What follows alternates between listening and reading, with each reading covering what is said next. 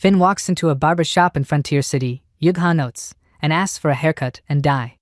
The barber, taken aback by how rare and beautiful Finn's hair is, questions why he'd want to change it. Finn explains it's because of certain circumstances. Intrigued, the barber prompts him to share the story, and Finn begins recounting what led him there. It all started with his girlfriend Alphine, his childhood friend and one of only 3 sword masters in the entire kingdom. She's a legendary swordswoman, widely admired for her unmatched skill and beauty. People even call her the flawless sword goddess. But Finn's relationship with her has become anything but perfect. During a training session, Alphine scolds Finn, frustrated by his inability to perform a basic sword swing. She lashes out, asking why he can't grasp something so simple. Finn admits that he's never really understood her way of teaching. That only angers her more. She accuses him of being hopeless and insists that he should just obey her since she's going out of her way to help him. Finn reflects on how different she used to be. They grew up together in the same village, and she wasn't like this before. Things started changing after she received the Sword Master title. Since then, she's taken out her work stress on him, and when she doesn't vent, she resorts to biting her nails. But everything changed that day. Finn, though nervous, finally tells her he's done. He quits, both as her boyfriend and her training partner. Alphine is visibly shaken. Meanwhile, Finn feels like a weight has been lifted. For the first time in ages, he feels like himself again. His confidence, long buried under her constant criticisms, begins to resurface.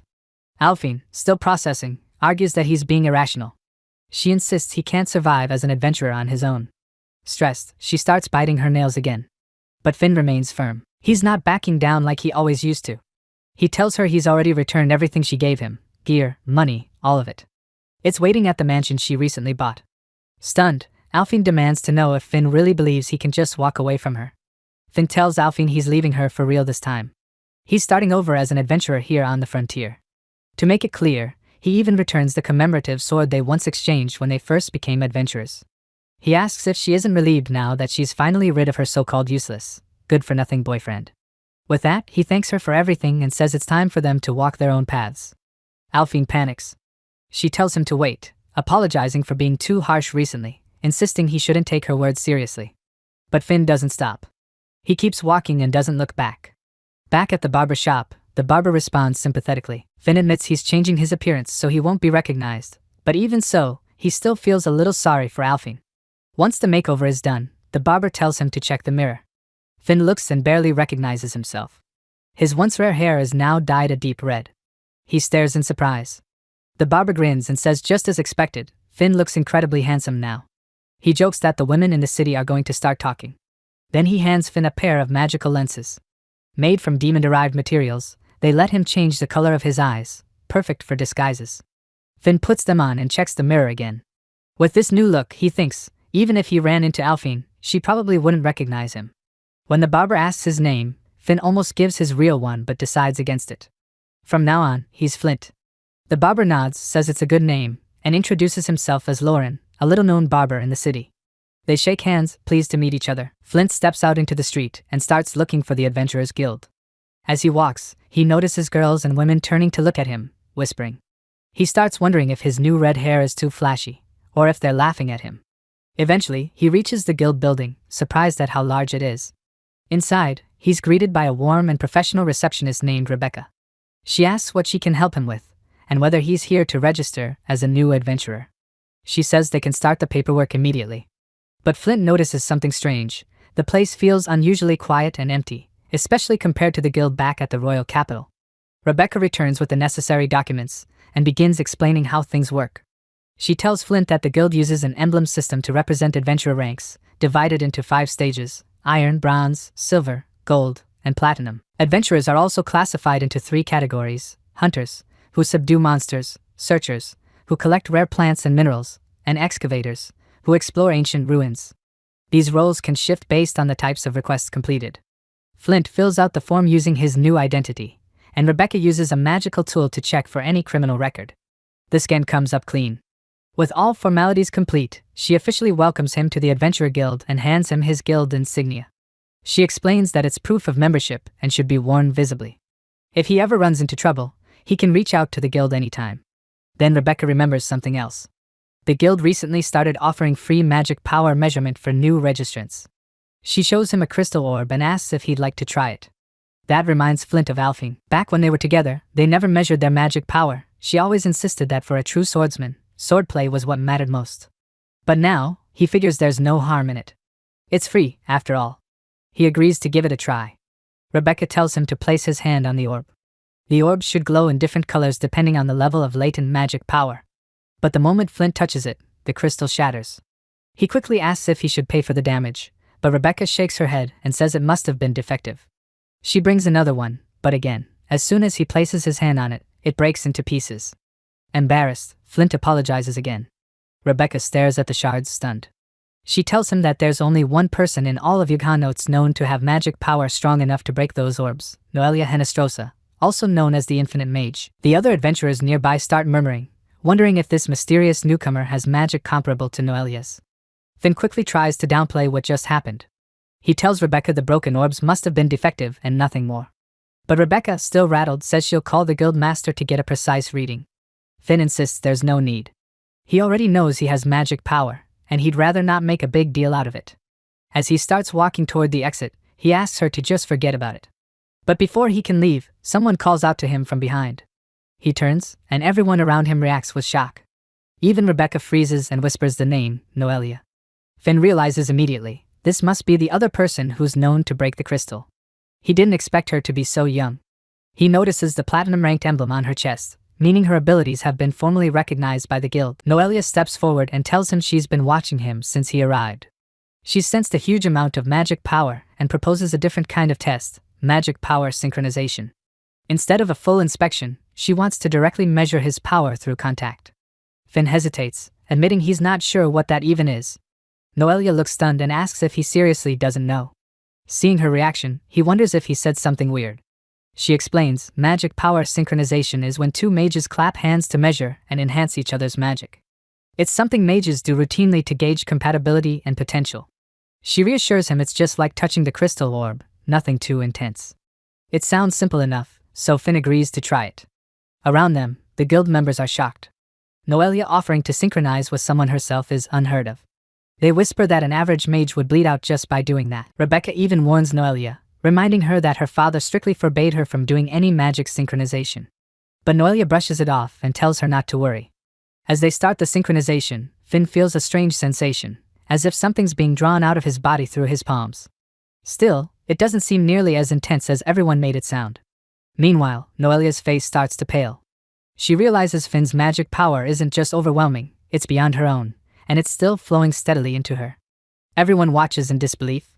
Noelia's expression almost never changes, but now she's visibly strained. The guild members are stunned, wondering who this guy even is. Finn, meanwhile, starts feeling self-conscious from all the stares. He doesn't like the attention and starts to suspect he's doing something wrong. At that moment, Rebecca urgently tells him that things are getting dangerous. Hearing that, Finn immediately lets go and steps back, saying he didn't mean to cause a scene. But when he turns around, he realizes the entire guild hall has emptied out.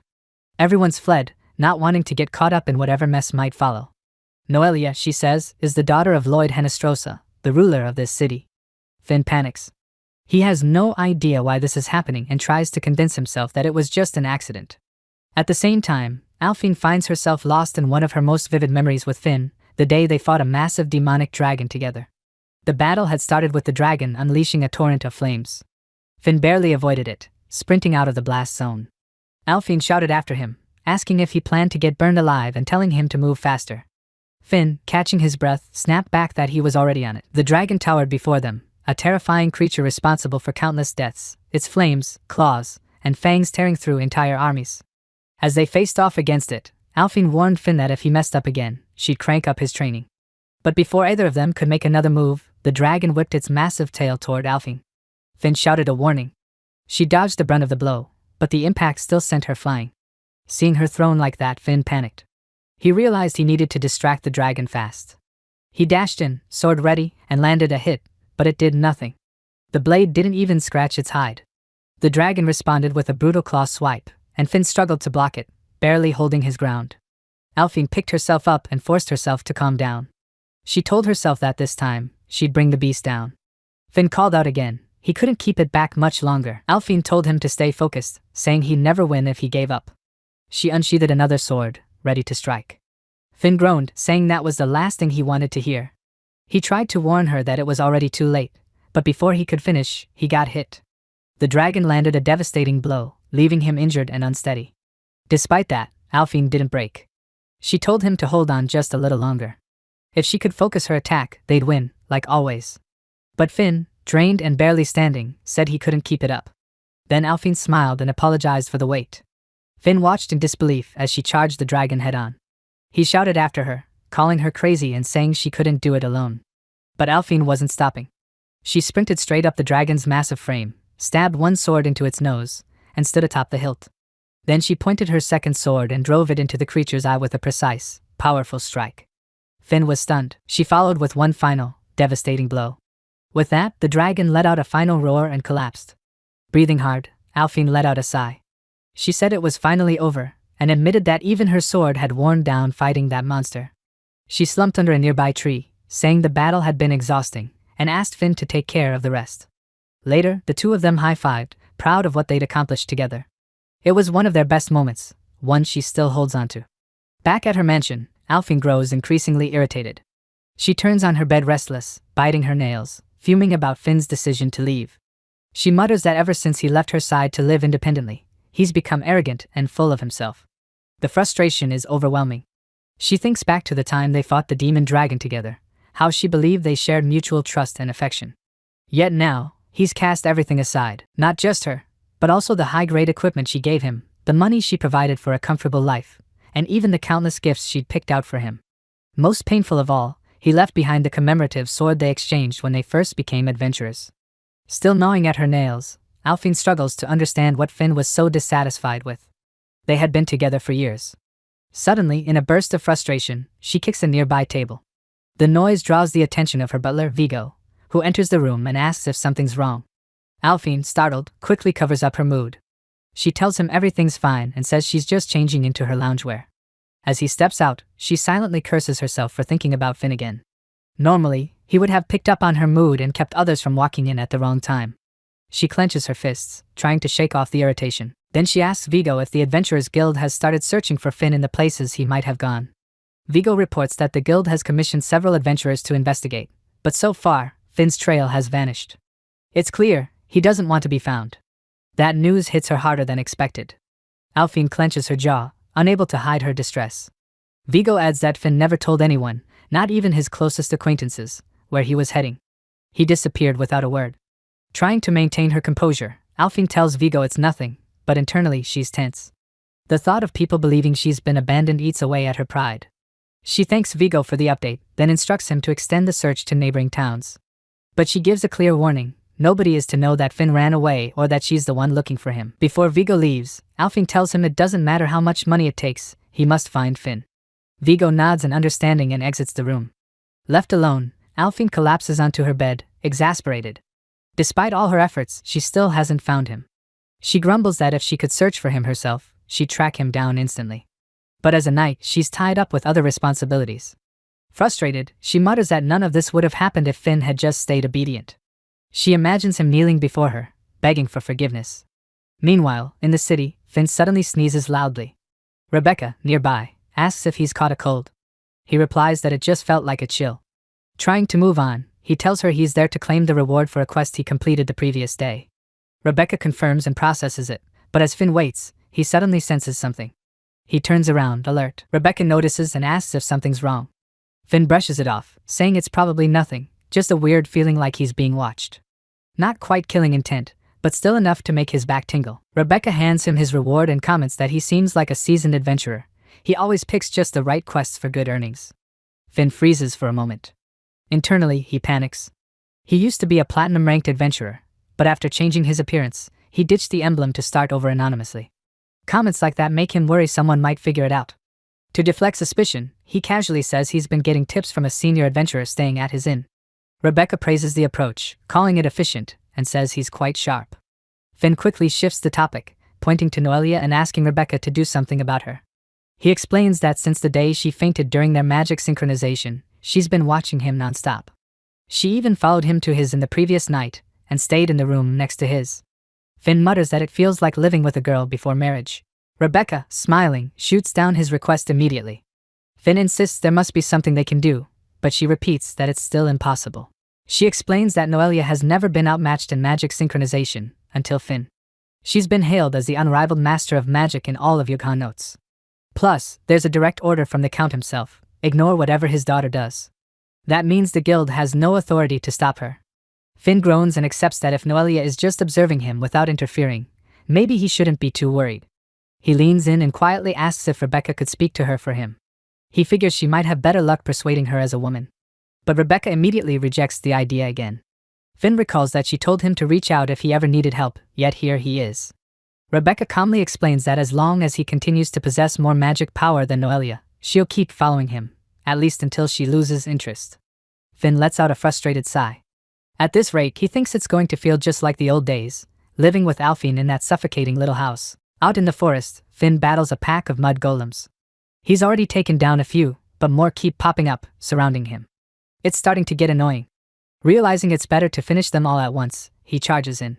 With rapid speed and precise strikes, he slices through the golems one by one, aiming straight for their heads.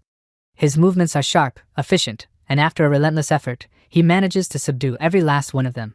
Panting from exhaustion, Finn hopes that's the last wave. He counts the severed heads, 20 in total. That's definitely overkill. He remembers the subjugation request was only for 5 golems. Turning in all of them would raise eyebrows, so he decides to take only 5 heads back as proof. As he packs them up, he casually wonders what people even use them for. Finn starts thinking ahead. He's eager to climb the adventurer ranks, but if anyone discovers he used to be platinum, his effort to start fresh will mean nothing. He slings the bag over his shoulder and mutters aloud that if Noelia's watching, it'd be nice if she didn't say anything. Hidden in the nearby bushes, Noelia hears him and wonders if he's really trying to hide his identity. When she doesn't respond, Finn assumes silence means agreement. He's known she's been tailing him ever since they left the guild. He hoped to ditch her once they entered the forest, but she stuck to him the entire time. Then suddenly, her presence vanishes. Worried, Finn doubles back. He finds her cloak on the ground, drenched in acidic fluid. His concern deepens, and he pushes further into the woods until he finds her. Noelia is trapped, caught in the writhing vines of a plant-like man-eater. He draws his sword immediately, ready to cut her loose. She tries to warn him, more monsters are coming from behind, but he doesn't catch her meaning in time. The moment he turns, several monsters attack. He slashes them down quickly, but they start regenerating and latch onto his sword. Meanwhile, the vines around Noelia tighten, causing her to cry out in pain. Finn promises he'll be there in a second and tells her to hold on. He braces himself as the man-eater shoots a barrage of seed-like projectiles at him. He tanks the hits and pushes forward, slicing through the vines and finally freeing Noelia. Noelia thanks him, but Finn tells her to save it, they need to retreat now.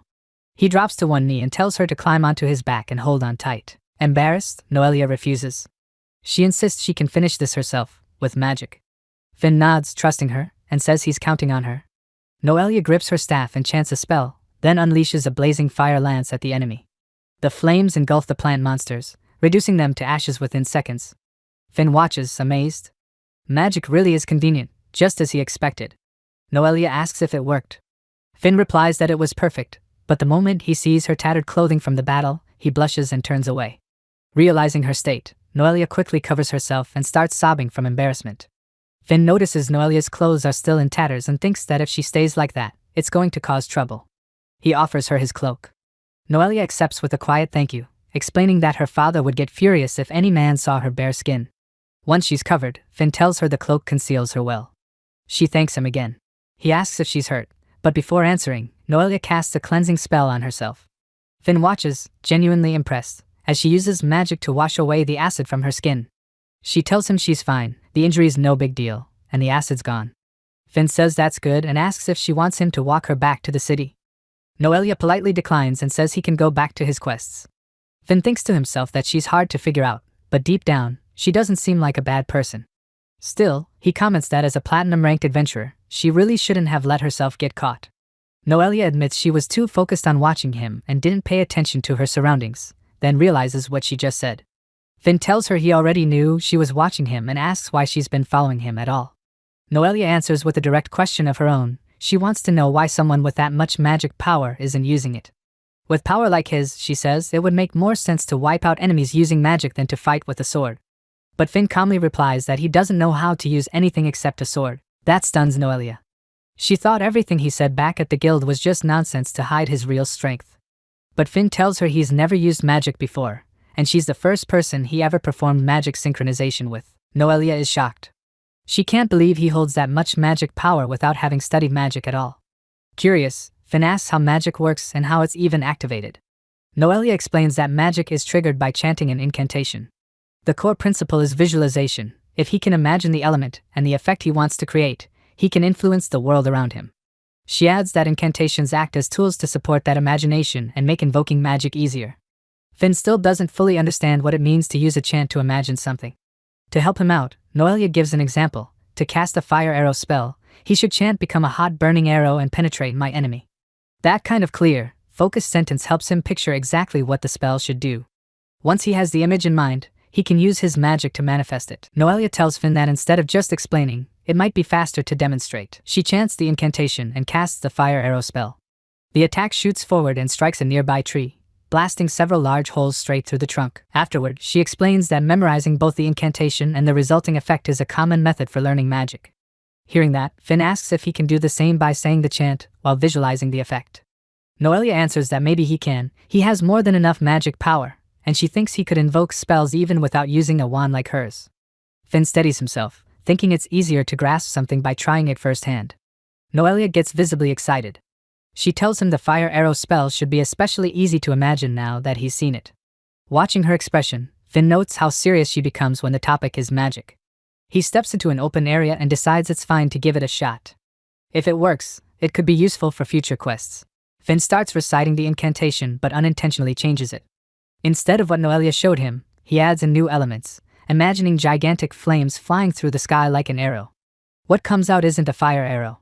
It's a massive fireball. Noelia watches in horror and tries to stop him, asking what exactly he's invoking. But it's too late. The spell launches and explodes violently in the distance, triggering a huge shockwave.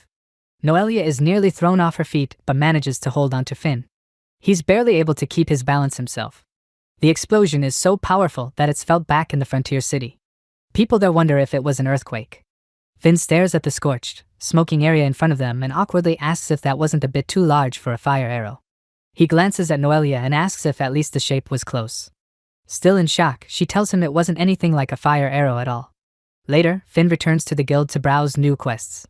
He mentions to Rebecca that he spent the previous day practicing magic with Noelia, but no matter how he tries, he just can't get the output right. He wonders aloud why adjusting the power is so difficult. That triggers something in Rebecca. She leans in close and quietly asks if he has any idea whether the mysterious explosion reported the day before was actually him and Noelia practicing. Finn flinches.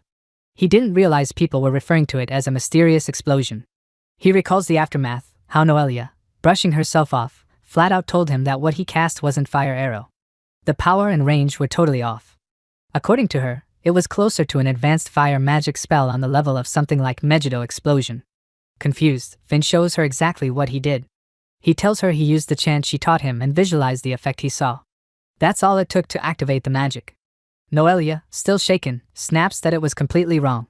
Finn insists he only misjudged the power, though he thinks the shape was kind of similar. Noelia, glaring, says there wasn't even a shape to begin with, and demands to know what that level of power even was. Finn admits he wants to know that too. Trying to rein things in, Noelia says she'll be ready to extinguish the flames this time and tells him to try again. She instructs him to imagine the flame as small as possible. Finn agrees and gives it another shot, but this time, nothing happens. The spell fails to activate. Noelia, observing, thinks he scaled the image down too much. So, she suggests the opposite, try making it as big as possible again. Later at the guild, Finn nervously asks Rebecca if he's somehow not allowed to practice magic. She reassures him that practicing isn't a problem but adds that it would be helpful to notify the Adventurers Guild in advance, especially when using anything on a large scale. Finn, confused, thinks he was only doing basic magic training. But Rebecca pulls out a document and shows him the penalty for unauthorized use of high-tier magic. The listed amount shocks him. Before things escalate, Noelia walks into the guild and steps in.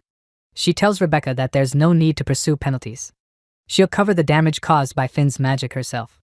Then she hands over a letter from her father. Rebecca reads it and nods, saying she understands. She adds that the guild will wait for the guild master's decision before finalizing anything. Noelia thanks her for the consideration. Once that's done, Noelia turns to Finn and presents him with an elegant, high-quality sword. She says it's from her father's personal collection, though she slips up and admits she swiped it, quickly correcting herself to say it was originally given to her. She asks him to accept it as a token of gratitude. Finn stares at the sword, stunned by its quality. He quietly wonders if she really did swipe it. He tells her the blade is incredibly sharp, but still too much to accept as a reward. He apologizes and says he can't take it. Noelia asks if he dislikes the sword, but Finn says that's not the issue. He explains that he wants to one day purchase a sword he can entrust his life to, something earned with his own money. So, he'll accept the sentiment, but not the sword itself. Hearing that, Noelia looks troubled. She says that if he refuses her gratitude, it will disgrace her family's honor, especially after he saved her life. Thinking it over, Finn suddenly gets an idea. He asks if Noelia would be willing to become his magic practice instructor. Now that he knows he can use magic, he wants to learn how to control it properly. He admits he's spent his life with a sword and isn't confident with magic at all. After asking, Finn hesitates, thinking maybe it was too much to request that from someone like her, the daughter of a count and a platinum-ranked adventurer. But Noelia suddenly drops the sword, grabs his hand, and agrees wholeheartedly. She promises to teach him magic from the basics with full effort. Finn thanks her sincerely. Noelia then asks if he wants to start practicing again in the outskirts. Finn says he'll check with Rebecca first for permission. But Noelia smiles and says it's fine, since they won't be using large-scale magic anyway, though they should still wait for her. Watching her, Finn notes that while he once thought Noelia was cold, when she smiles like this, she just seems like a regular girl. They return to the same field where his last spell turned the ground into ash. The burn marks are still there, a wide scar cut into the earth. Finn stares at it quietly, finally understanding what people mean when they say large-scale magic. Noelia watches his expression and tells him his power is unstable. His perception of magic is still off. Finn admits it. He's only ever lived by the sword. Magic, to him, has always felt like something far removed, something beyond reach. She says that's the problem. He overestimates it. Most people don't even have enough in them to activate a spell. The only reason his magic works is because of how much he has. And when it doesn't, it's because the image in his head isn't clear enough. So that's why it fails. Finn nods slowly, then asks if it'll stabilize once he understands it better. Noelia says it will. That's why she's here. She sets her wand down, steps forward, and takes his hands in hers. Finn blinks, caught off guard. It's the same position as before. He asks if this is another magic synchronization, and if she's going to faint again. She blushes, embarrassed, and says that only happened because she drew too much magic from him on her own. This time, it's just overlapping consciousness. Finn catches the shift in her tone but stays quiet. She tells him to chant the spell again. He does. Become a hot, burning arrow and penetrate my enemy. Then a voice answers inside his head. Noelia. She says the effect looks fine, but the size is too big again. He hears her clearly, not with his ears, but straight through his thoughts. She tells him she's inside his consciousness now, watching the magic he's forming in real time. Finn stands there, stunned. This is the first time magic has ever made sense. Noelia tells him to shrink the image more. Finn imagines a huge pool of flames and asks if that's small enough. Still holding his hands, Noelia sighs. Still too big. Just as she suspected, he imagines magic in extremes. She says she'll keep watching until he gets it right. All he has to do is focus and adjust. Finn narrows his concentration. The blazing image in his mind starts to shrink, bit by bit. Noelia quietly guides him as he fine-tunes the size. After a moment, she finally nods. This is it, the exact size needed to activate a proper fire arrow. Finn locks the image in his mind. Noelia lets go of his hands and steps back, telling him to try it now.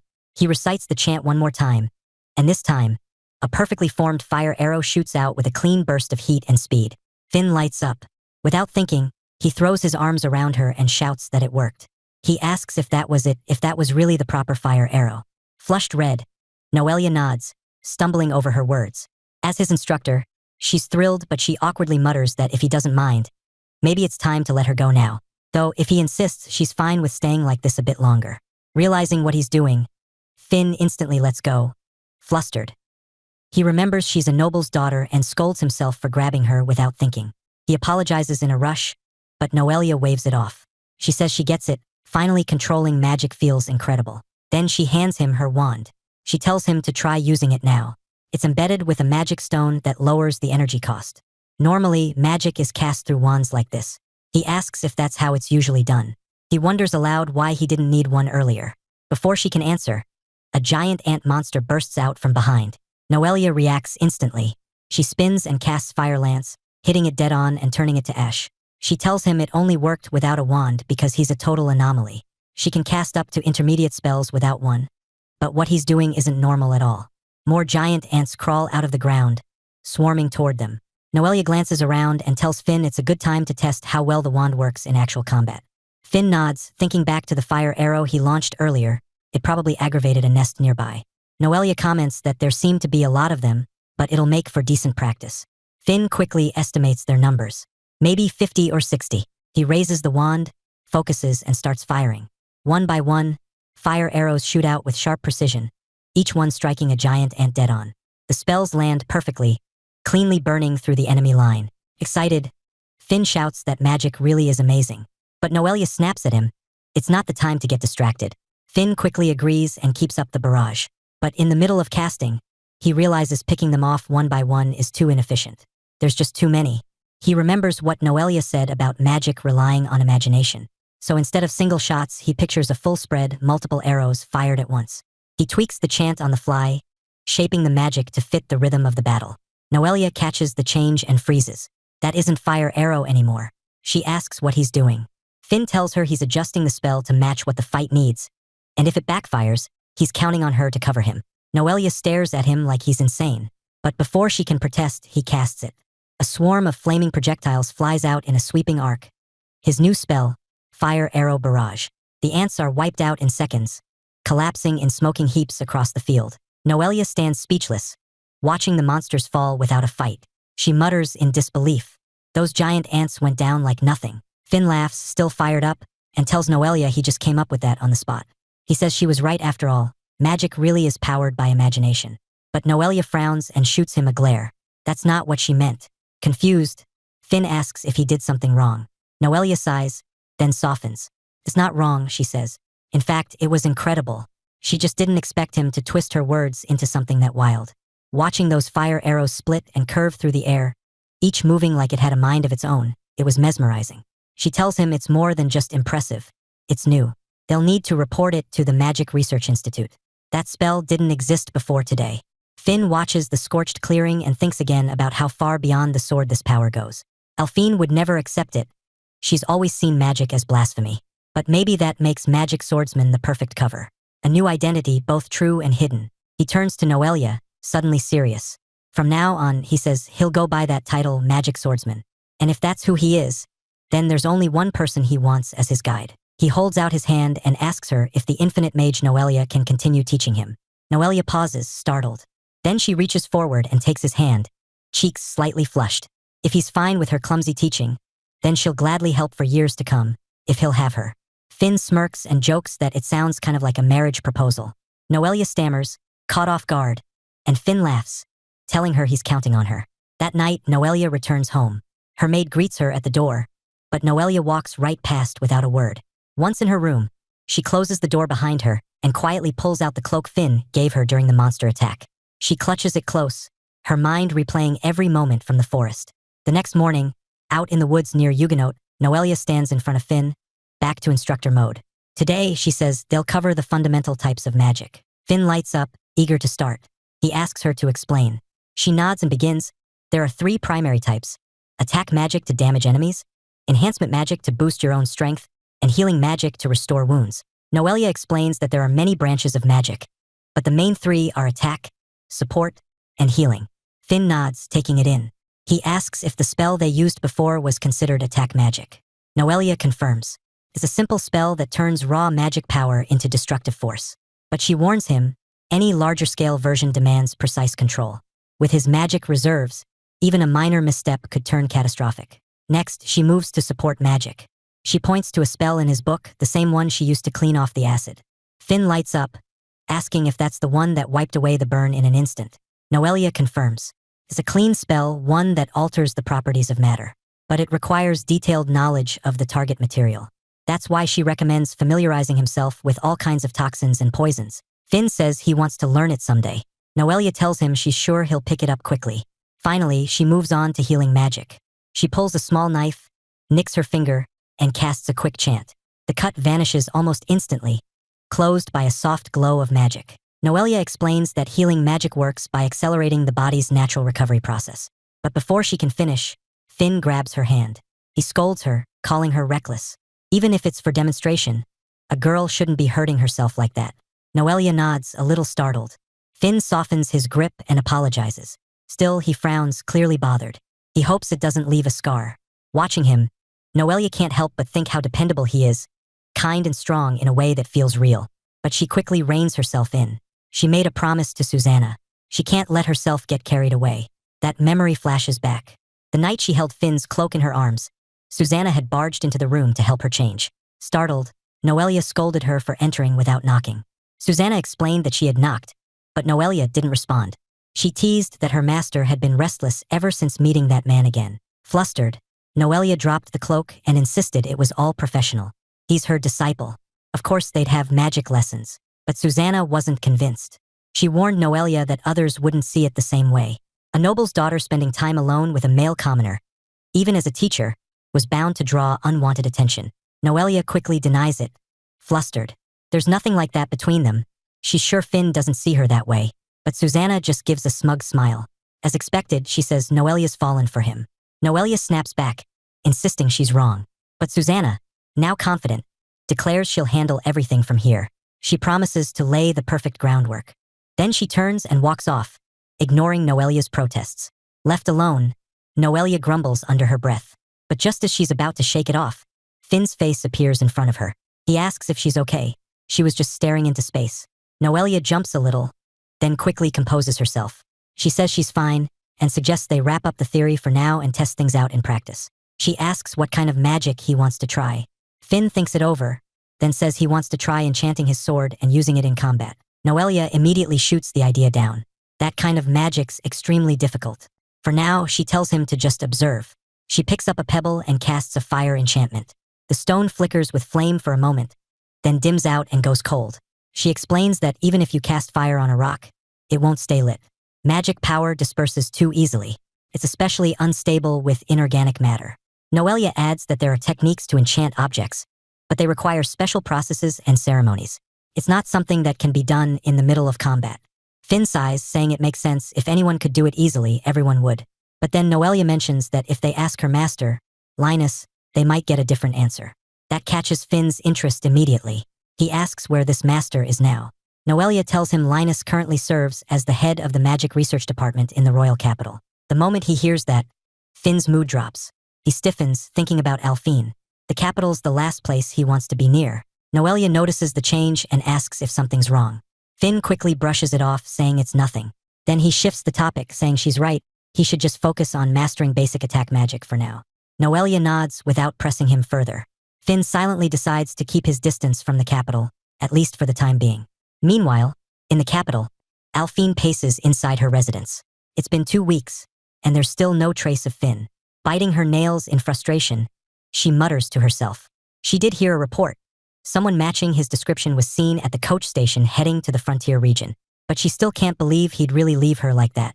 Finn can't possibly survive out there without her support or connections. She remembers what others said, that he'll come crawling back after cooling his head, that she should have just been a little nicer to him. Grinding her teeth, she slashes a pillow open in frustration. Her eyes fall on the sword he left behind. She stares at it bitterly, thinking about the expensive equipment she gave him, the money, everything. Yet he still walked away like none of it mattered. Tears start to well up. Maybe leaving the sword behind really was his way of saying goodbye. Those swords were supposed to be proof of their promise, to survive together, to succeed as adventurers, to never part ways. She collapses to the floor, sobbing. Even after all they shared, he still disappeared from her life. A part of her starts to wonder if something deeper pushed him away. From outside, her butler Vigo calls out, reminding her she's scheduled to give a swordsmanship lecture at the palace. Alphine wipes her eyes, then tells him she'll be ready soon and orders him to prepare the carriage. Her eyes narrow as one particular face crosses her mind. Someone she hopes she doesn't see at the palace. Later that day, at Hartford Royal Castle, Alphine knocks a knight backward with a single strike. His sword clatters across the training yard. He gasps, winded, and mutters that he didn't think a woman's attack could hit that hard. Alphine steps forward, calm and unfazed, and tells him he's trained well. Not many can last 10 rounds with her. The knight smiles politely, calling it generous of the sword saint to say that.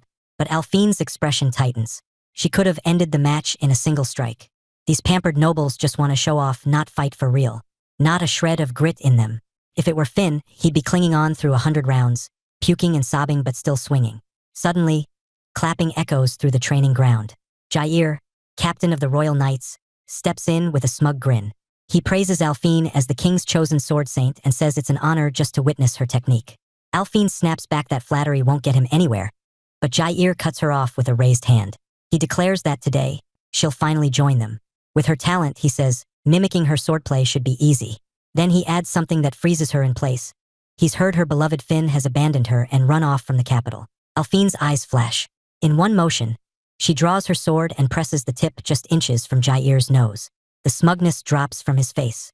She sheathes it just as fast and tells him that if he has time to waste on rumors, he should grab a blade and prove himself. Jair steps forward and grabs her wrist. He tells her he's only worried about her shriveled heart, starved for love and sinking in loneliness. Alphine tears her hand away without hesitation. She says Finn isn't gone. He's on a journey to grow stronger, to reach a level where he can stand beside her. And when that day comes, he'll return. Jair's smile fades. With a sigh, he says it's a shame, but if Alphine ever has any worries, she should feel free to lean on him. Then he kneels down and kisses her hand, calling her the proud sword of the kingdom and the sheath that holds his love. With that, he walks off, casually saying he'll see her later. Lovely sword saint, he calls over his shoulder. Alphine's blood boils. Nearby knights flinch as her glare cuts through the air. She snarls that training isn't over. They'll be doing a 1 versus 100 sparring session, effective immediately. Everyone will draw their swords and attack her at once. The knights start offering excuses, trying to avoid the inevitable. But Alphine shuts them down cold. As their instructor, she warns, anyone who refuses will be reported directly to the king. They can take their chances with that if they like. Fuming, she tightens her grip on the hilt. At this rate, if Finn doesn't come back soon, she might just slaughter every one of these pampered nobles. Far away in the frontier city, Finn jolts awake, heart racing. He's drenched in sweat, breath short, haunted by a nightmare of Alphine. Stumbling to the washroom, he leans over the sink and vomits. The trauma's still there. As the cold water hits his face, he mutters to himself. He tells himself to get a grip, asks himself if he really left all that behind. Finn casts clear on himself, wiping away the sweat with a quick flick of magic. His face is instantly squeaky clean. Magic really is convenient. He remembers today's job, acting as Noelia's escort for a monster ecology survey, and rushes toward the city gate. He arrives out of breath. Noelia greets him with a warm good morning. Finn pants heavily, relieved he made it on time. Noelia assures him there's no need to rush. They've only just gathered. She tilts her head, a little worried, and asks if he's feeling all right. Finn waves it off. Just a bad dream, he says. Physically, he's fine. With that, Noelia brightens. She thanks him again for accepting the request and explains the plan. She's leading a monster ecological survey today, and she wants him by her side. They shake hands. Finn says he's looking forward to it, and Noelia promises to do her best. But even as they get ready to depart, Finn can't shake the feeling that something's off. The other escorts don't look like average guards. They're skilled, sharp-eyed, and serious. Then his eyes land on one man in particular, a knight clad in a heavy black mantle, radiating quiet pressure. Finn watches as the man approaches Noelia with a stern look, clearly about to say something. But before he can speak, Noelia grabs Finn by the arm and starts walking away, saying it's time to go. Thrown off, Finn stumbles after her, asking if he shouldn't at least say hello to the person he's supposed to escort. But Noelia doesn't slow down. She calmly says that man doesn't need an escort at all. The knight walks behind them, calling out to Noelia to wait. He hasn't finished talking, but she suddenly turns, frustrated, and calls him father. Finn nearly trips over his own feet. That intimidating knight is her dad. Noelia scolds him on the spot, asking if he forgot his promise to stay quiet during the survey. If he's not keeping it, then he can go back. Her father tries to argue, but she shuts it down immediately. If that's really her father, then he's the Lord of Huguenot Margrave Lloyd, and he's being completely pushed around by his own daughter. As the investigation continues, Finn feels increasingly awkward. Just yesterday, he launched all the investigation targets into the sky. He clearly doesn't know how to hold back. At this rate, he's only going to be a liability.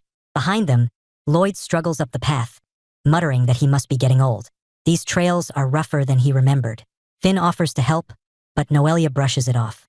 Her father hates being helped, she says. He used to be a platinum-ranked adventurer, he'll manage somehow. She tells Finn to just leave him be. From the way she says it, Finn gets the sense the two of them don't exactly get along. Just then, Lloyd suddenly starts shouting at Finn, accusing him of flirting with his daughter. Noelia silences him on the spot with a spell, casting a mute field before he can make a scene. She tells him not to yell in a place like this, but it's already too late. Something's coming. From the bushes, rustling grows louder. A moment later, a beast bursts out, jaws wide, charging straight at Finn.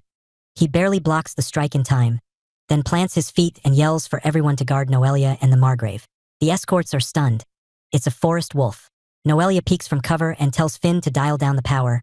They need some of the beasts alive for the ecological survey. He says he got it, though he's annoyed he only brought a standard blade.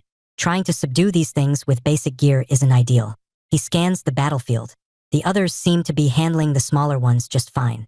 Looks like the one charging him is the boss. The wolf lunges again. Finn sidesteps and slices clean through its side, dropping it instantly. He mutters that the bigger they are, the easier they are to read, especially compared to Alfine's sword techniques. This was nothing. But then Noelia calls his name, sharp and urgent. Finn spins around. 2 more wolves are coming fast, and he's wide open. He manages to slash one, but the second's already midair, until a blast of magic crashes into it and sends it flying. Flames flash past, and Finn glances back. Of course, it's Noelia.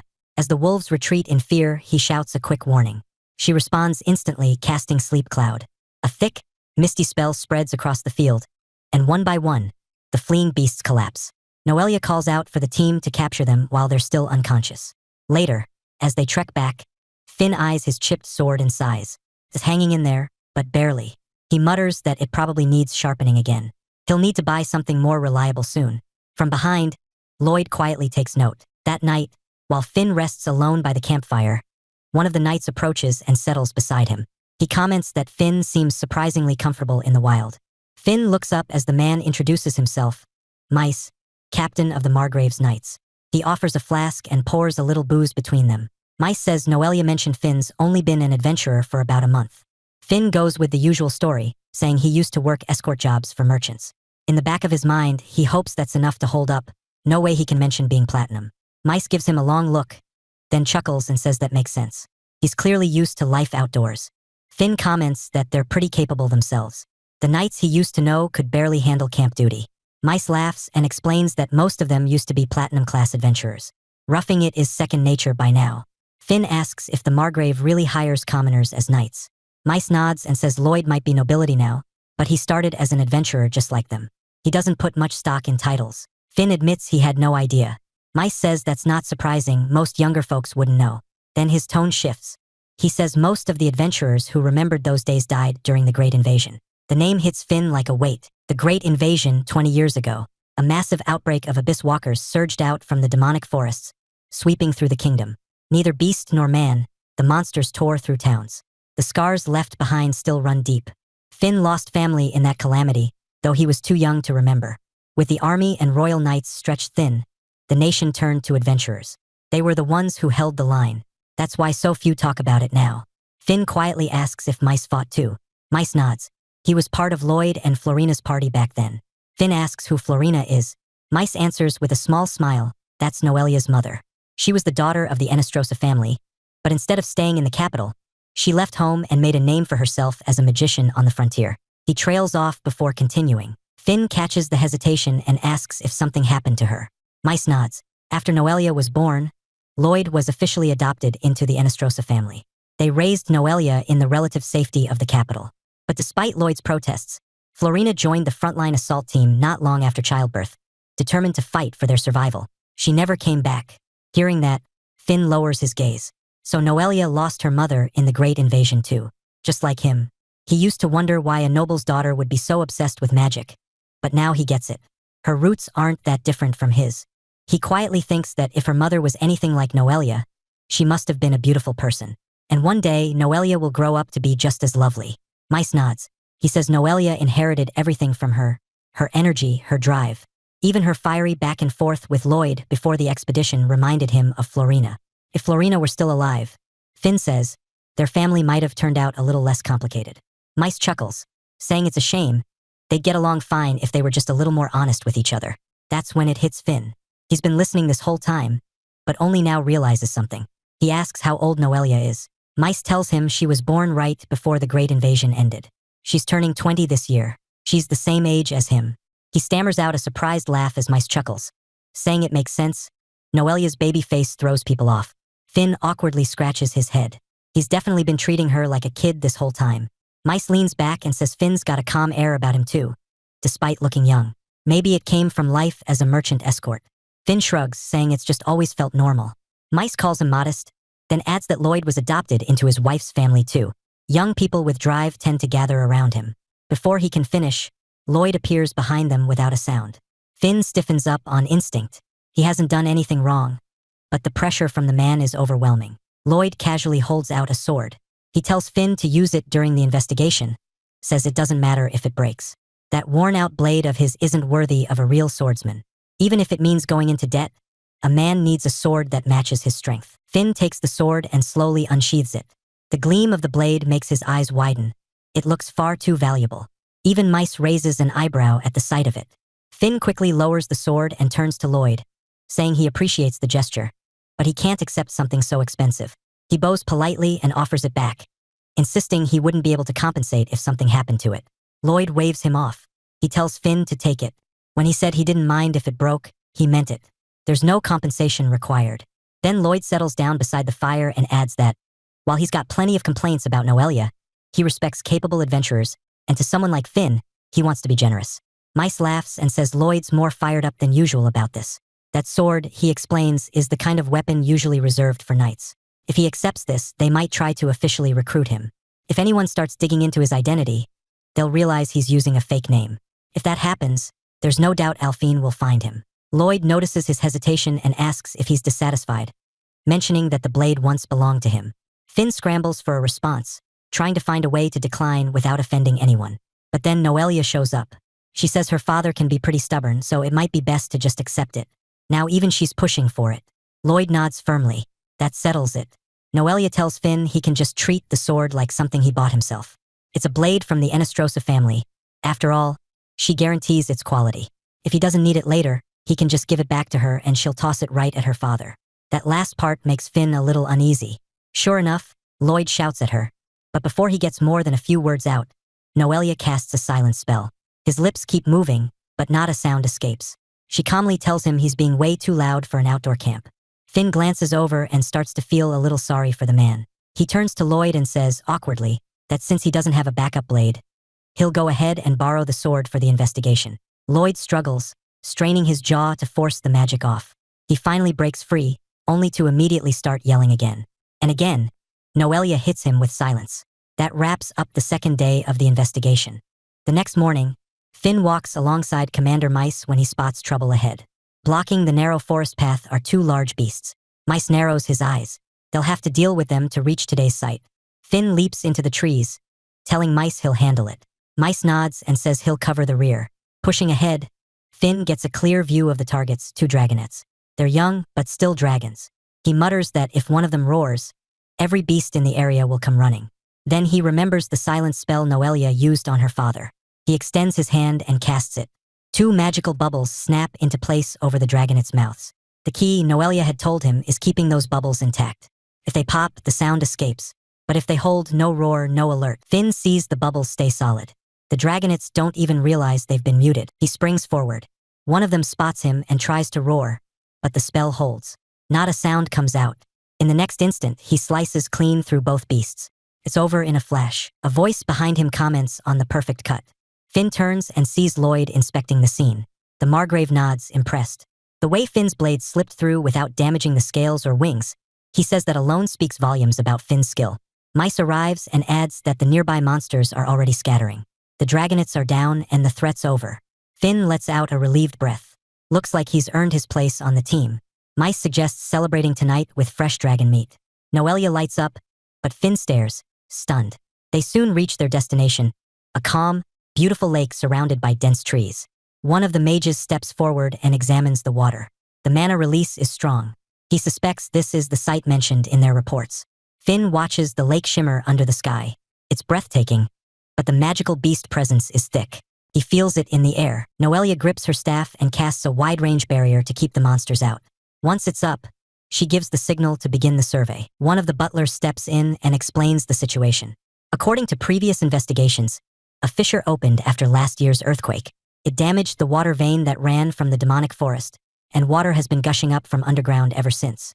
That vein is packed with concentrated mana, which they believe triggered the recent beast outbreak. Later, Noelia reports that they've sealed the spring successfully. She believes the danger is under control for now. Finn gazes off toward the demonic forest. It's a good distance from the outskirts of Huguenot, but the connection is clear. That forest, the origin point of the Abyss Walker invasion. Even with the spring sealed, they can't let their guard down. Then Mice calls out, letting everyone know they've found a good place to camp for the night. Noelia joins Finn later and tells him she's prepared food. He thanks her as she offers him a sandwich. She apologizes that it's something so simple for camping, but Finn gladly accepts, genuinely grateful. Everything looks amazing. Noelia sits beside him, mentioning that if they were at her mansion, she could have prepared something more proper. Finn takes a bite of the sandwich and thanks her. The moment it hits his tongue, his eyes light up. He tells her it's already delicious. The dragonite meat is fresh, but it's the seasoning that makes it exceptional. Noelia smiles shyly at the compliment, and when Finn adds that she'd make a good wife, her cheeks turn red. Finn admits he didn't expect her to be the one cooking. Noelia tells him that being an adventurer means learning to fend for yourself, including cooking.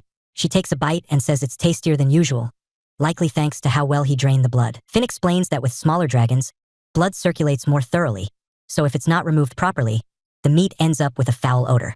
That reminds him of Alphine. Back when he told her that, she snapped at him to shut up and claimed it tasted the same either way. She could do nearly everything perfectly, but when it came to household chores, her laziness hit catastrophic levels. Because of that, he ended up getting better at chores himself. A voice cuts in from behind. They turn to find Lloyd standing there, eyes fixed on Finn with a sharp glare. Before he can say anything, Noelia steps between them, her tone firm as she tells him, if he's got something to say to Finn, he can say it to her instead. Finn steps forward and returns the sword, saying the investigation went smoothly and he'd like to give it back. Lloyd sighs and mutters what an inflexible guy. He already told him to keep the sword, but Noelia steps in, reminding him that while that's true, if Finn-sama says he doesn't need it, then a real man should respect that. Finn adds that he's returning it because, instead of taking a reward, he wants to forge a sword that actually suits him. Yesterday, Lloyd told him that a swordsman needs a proper weapon, even if it means going into debt. So, he figured he'd borrow some money and have one crafted. Lloyd considers it for a moment, then nods. He says he knows a smith who can handle that kind of job and offers to contact them. As a reward, he'll cover the cost. And he makes it clear he won't force Finn to join his house as a knight, so he can rest easy. Relieved, Finn thanks him and humbly accepts the offer. But just before Lloyd walks away, he spins around with a sharp glare and declares that while he'll give Finn the sword, he won't be handing over Noelia. Before he can finish, Noelia silences him with her spell again, muttering that he needs to stop talking nonsense. Meanwhile, back in the capital, Alphine sits alone in her room, whispering that it's been a month since Finn disappeared. She still doesn't want to admit he left her, but over the past few weeks, she started to understand why. She was the problem. She admits to herself that she was spoiled. Because they'd always been together since childhood, she thought she could get away with anything. Everyone called her the Sword Saint, the goddess of the blade, but really, she's selfish and short-tempered. To keep Finn close, she told everyone he was her lover, making sure no other girl would approach him. And because he was too kind, he just kept quiet and endured it. She breaks down in tears, whispering that if only she had been more honest with him, maybe things would have turned out differently. A sudden knock on the door breaks Alphine's thoughts. Her butler Vigo steps in, saying he has news about the search for Finn. His tone is serious. He informs her that a man carrying Finn's platinum adventurer insignia has been detained in Algren. Alphine jolts in shock, but her eyes narrow a moment later. She asks how they can be sure that the insignia actually belonged to Finn. The butler hesitates, then explains that while this is technically classified, since Alphine is in the king's favor, he's allowed to share it as a special exception. He asks her to keep it secret. Alphine solemnly nods. She promises not to reveal a word of it. Swearing upon her sword, she urges him to continue. The butler explains that when the kingdom first partnered with the Adventurers Guild, impersonators and criminal abuses by high-ranked adventurers became a problem. So, to prevent identity fraud, all insignias above gold rank were engraved with a special identifier, linking the badge to personal records, portraits, and guild affiliations. The data is accessible across all guild branches. Alphine's eyes widen in disbelief. She mutters that this is the first time she's ever heard of such a system. The butler nods. That's natural, he says. Only a handful of high-ranking guild officials and select nobles are even aware of it. Alphine takes a breath as everything clicks into place.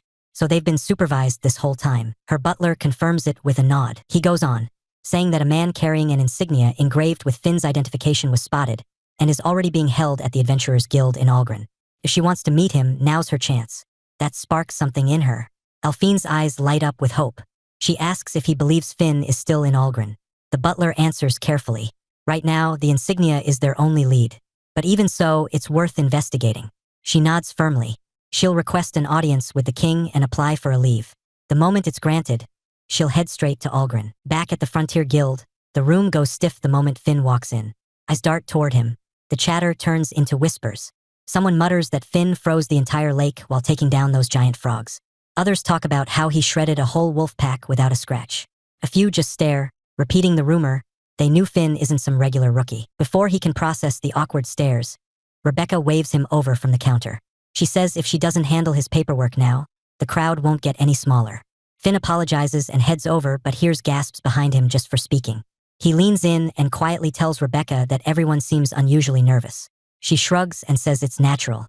A magician who can blast large-scale spells back-to-back with insane mana reserves and still outduel monsters with a blade gifted by the Margrave. Of course they're terrified. That kind of makes him sound like a public threat. Finn explains that he's only recently gotten better at controlling his magic, and that the sword was just a reward.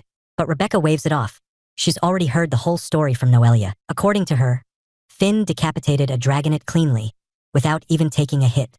Finn tries to downplay it, blaming the sword's sharpness, but Rebecca just grins and tells him not to bother. Everyone knows the truth. Then she warns him, veteran adventurers have an unspoken rule. Don't mess with the magic swordsman named Finn. That catches Finn off guard. He admits he had a feeling people were avoiding him. Rebecca says that's not fear, it's respect. In this world, power means everything. With that, she hands him his new paperwork and asks for his insignia. After a quick check, she slides a different one across the counter and congratulates him. His subjugation of the dragonet and other achievements have officially bumped him up to bronze rank. Finn pins the insignia to his collar, still a little stunned. That was fast. But he's grateful, it means he can start earning more. Then Rebecca adds something else. A personal request came in, specifically addressed to him now that he's bronze. He wonders who would be that whimsical with a fresh bronze-ranked adventurer. She tells him it's the Margrave. That gets a reaction. Finn looks stunned. Rebecca explains further, the Margrave wants to assign him a specific task, and insisted on explaining it in person. She asks if Finn knows where the estate is. He nods. Noelia told him about it. But before leaving, he asks if it's all right to decide whether to accept the request after hearing the details. He's got a bad feeling this is going to be something dangerous. Rebecca nods and says she'll pass the message, that he's heading over soon. Later, at the Margrave's estate, Finn arrives to find Mice waiting at the entrance. He explains he's here for the Margrave's request, and Mice nods, saying Lloyd already informed him. He gestures for Finn to follow. As they walk inside, Finn's eyes drift to the hallway walls, lined with old, battered armor. It's not what he expected from a noble's estate. Mice notices and comments on it with a dry smile. The place isn't built for luxury. Lloyd believes in giving back to the people, pouring funds into training knights and stockpiling weapons instead. They're preparing, Mice explains carefully, methodically. If another great invasion ever happens, this house will be ready. Mice's tone turns a little darker. In the capital, nobles whisper behind their backs. They call them war fanatics. But Finn shakes his head. To him, it's just good sense. It fits the Margrave's character. Tough, grounded, burdened by duty. Outside a large door, Mice announces their arrival. From inside, Lloyd's voice calls them in. Finn steps into a warmly lit room to find the Margrave and Noelia seated at a long dining table. Susanna moves between them, calmly pouring tea. Noelia lights up when she sees Finn and waves him toward an empty chair. She says the meeting is private, so there's no need to get too formal. As Finn sits down, Mice excuses himself. Lloyd nods, commending him for his work. Finn gets straight to the point. He's here to confirm the details of the Margrave's direct request.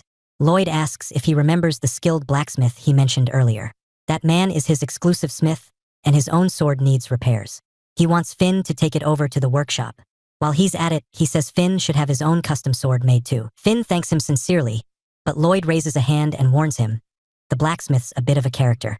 His workshop's in Yasuba's hunting grounds, right near the edge of the demonic forest. Finn blinks at the mention, clearly wondering why anyone would set up shop there. Lloyd shrugs. He's a weirdo, plain and simple. According to the Margrave, the guy's huge and full of energy, and despite being told not to scare people, he keeps pulling the same bizarre stunt over and over. Finn tries to get clarification from Noelia, but she just glances away like she'd rather not explain. Lloyd tells him he'll understand when he sees it.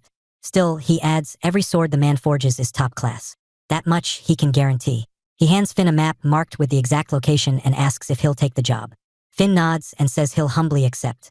But then Noelia jumps in. She says she's familiar with the blacksmith too, so she'll go with him and guide the way. Lloyd jolts at that, clearly not expecting it. Noelia just adds that since it's already late, Finn should at least stay for dinner first. Lloyd immediately bursts out, yelling at Noelia to hold it right there. He shouts that she's trying to run off with Finn again and starts to declare that he won't allow it. But before he can get another word out, Noelia shuts him up with a silent spell.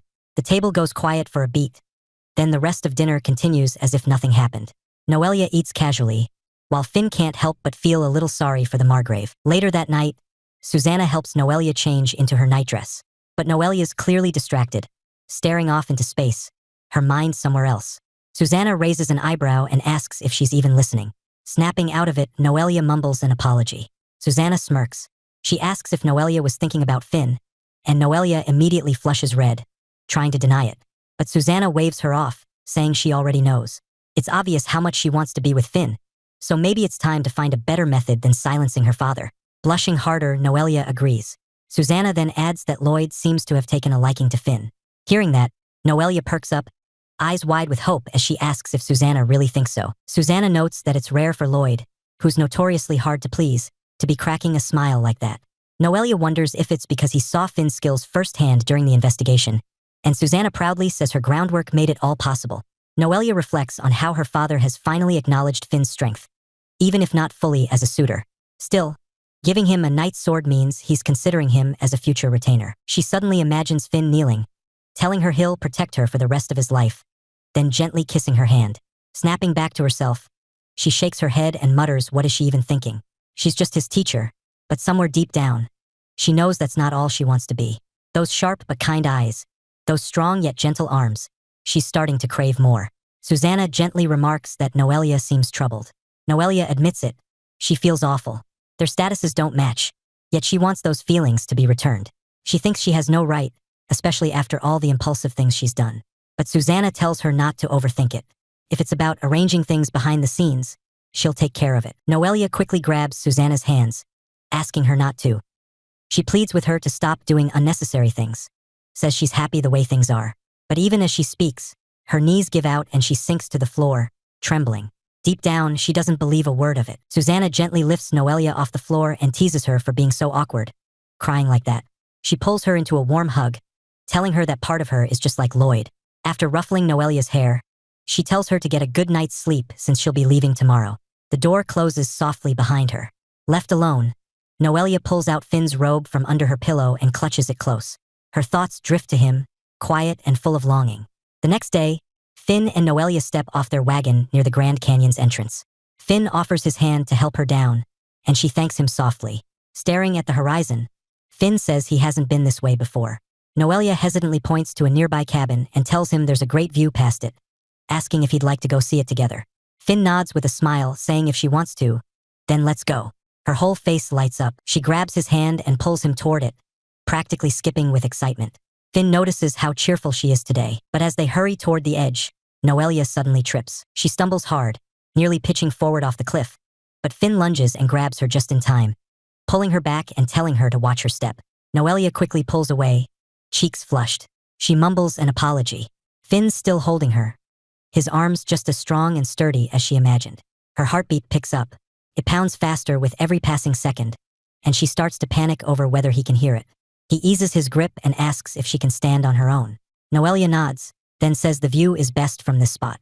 She hesitates, then asks if he could keep holding her a little longer, just so she doesn't fall. Finn agrees and gently pulls her close again. They look out across the canyon together, breath caught by the sweeping view. Finn says he understands now why she wanted to bring him here. He's never seen anything like it. Noelia points to a river snaking down from Mount Yava. She explains that when it floods, which happens once every few decades, the entire canyon gets submerged. Finn listens, trying to picture how water could fill something this narrow, but struggles to imagine it. Noelia adds that nature tends to defy expectations. Finn glances at her again. She turns her head, and their eyes meet for a moment before Noelia quickly looks away, face red. Her gaze drops to his neck, and she notices something. She leans closer and asks about the faint marking. It looks like the pattern of an ear of wheat. Finn stiffens, instinctively reaching up to cover it. He explains that it's a charm passed down in his hometown, meant to ward off illness. Its effect is said to weaken if others see it. Noelia's surprised. She says that explains his habit of wearing high collars. Finn nods, still a bit uneasy. Finn's eyes lower for a second. That mark on his neck, he remembers now, it wasn't some old family tradition. It was put there by the director of the orphanage. If anyone digs too deep, it could bring trouble. For now, he needs to keep it hidden. He wonders how the director's doing. The memory flashes back to a few days ago. He'd gone to the guild to ask Rebecca about sending money back home. She explained that it was totally doable. Some adventurers send money to their families, and the Adventurers Guild staff handles the transfers until they're complete.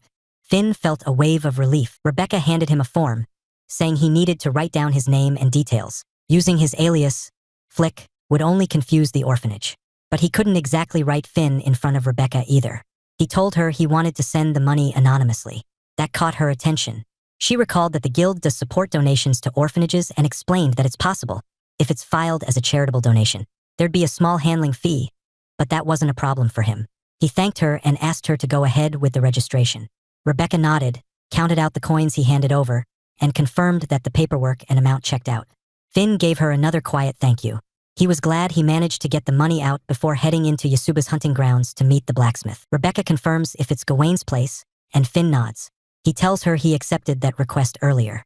She warns him Gawain's personality is a bit unusual, but his smithing skills are the real deal. Finn says the Margrave already called him a weirdo, so he's just hoping for a relatively peaceful trip. He asks what kind of place Yasuba's hunting ground is. Rebecca pauses, then tells him that with his skill level, she doesn't think there'll be a problem. That answer puts Finn on edge. He repeats that it's the hunting ground part that concerns him, but Rebecca just smiles and wishes him a safe trip, which only confuses him more. He hears Noelia call out, so he heads over. She seems cheerful, but as they walk, Finn notices her pace slowing. She's panting heavily, clearly struggling to keep up. He turns to check on her, but before he can say anything, something flashes through the air. Finn shouts at her to get down, and they both dive as a gale eagle swoops past them. The wind from its wings kicks up dust and leaves. Finn quickly chants a spell and fires an air blade, but the eagle dodges with ease, leaving him frustrated. Noelia asks what kind of magic he'll use when the target is flying that fast. Finn gathers more power. The wind around him thickens as he prepares for the next strike. Just as the eagle circles back and charges again, Finn casts wind barrier just as the gale eagle dives again. The beast slams into the barrier mid-flight, and the impact knocks it clean out of the sky. Blood sprays from its beak as it crashes to the ground. Stunned, Finn turns to Noelia and asks if that kind of spell is really supposed to hit like that. She looks a bit surprised, then admits she doesn't think it's supposed to. She explains that wind barrier is originally meant for defense against projectiles, and she didn't think it could be used like that. She quickly notes it down in her magic textbook, already updating her understanding. Finn asks if his way of using magic is really that different from how others use it, and Noelia confirms it is. But she tells him that kind of flexible thinking is a strength. She adds that because he's a swordsman, he uses magic without being stuck in conventional molds. And even though she's acting as his teacher right now, she's learning a lot from him too. She asks him to keep experimenting with magic the way he naturally does. Finn nods, saying he'll keep that in mind and try not to cause too much trouble like before. Noelia smiles and says that's perfectly fine. Finn admits that having fought with a sword for so long, he still hasn't adjusted to magic combat distances. He's used to fighting up close, and it's hard for him to immediately think of ways to attack from far away. But Noelia says that's actually a good thing. She believes he has talent in both swordplay and magic, so he should fight at whatever range feels natural. Just because he can use magic doesn't mean he has to fight like a traditional mage. If close range is too risky, that's when magic should come into play. Finn thanks her and says he understands. Noelia reminds Finn of what she said before, about being flexible with magic, and adds that the same applies to how he fights. He doesn't need to conform to the rigid methods of swordsmen or magicians. For someone like him, who's spent years honing the sword while carrying rare magical talent, there's a path that only he can walk. Finn lights up at that, repeating her words with excitement. Neither swordsman nor mage, a style all his own. Noelia smiles, telling him he's going to be just fine. One day, he'll be the magic swordsman known across all of Huguenot. Finn gets a little shy but admits that would be pretty amazing. Then Noelia pulls out a map to go over their route. As she talks through their progress, Finn watches her with quiet admiration. She knows so much more than she looks. He can't help but wonder how many books she must have devoured to reach platinum rank at such a young age. After the check, Noelia picks up the pace, saying they're nearly at Yasuba's hunting ground. Finn calls after her and jogs to catch up. Meanwhile, Alphine arrives in Algren, the mining city. Standing beside her butler, she takes in the sight. Smoke hangs in the air, coating everything in gray.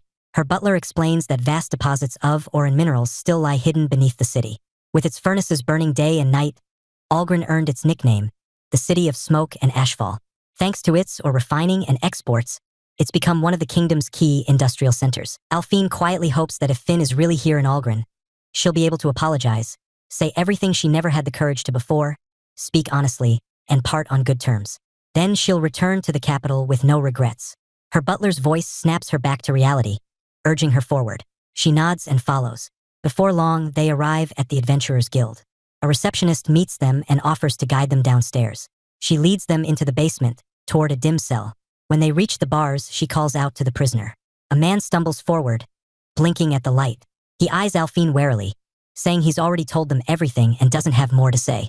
But Alphine doesn't hesitate. She grabs him by the collar and coldly accuses him of wearing a platinum insignia and faking his identity. She makes it clear she's not interested in him, but in the person he pretended to be.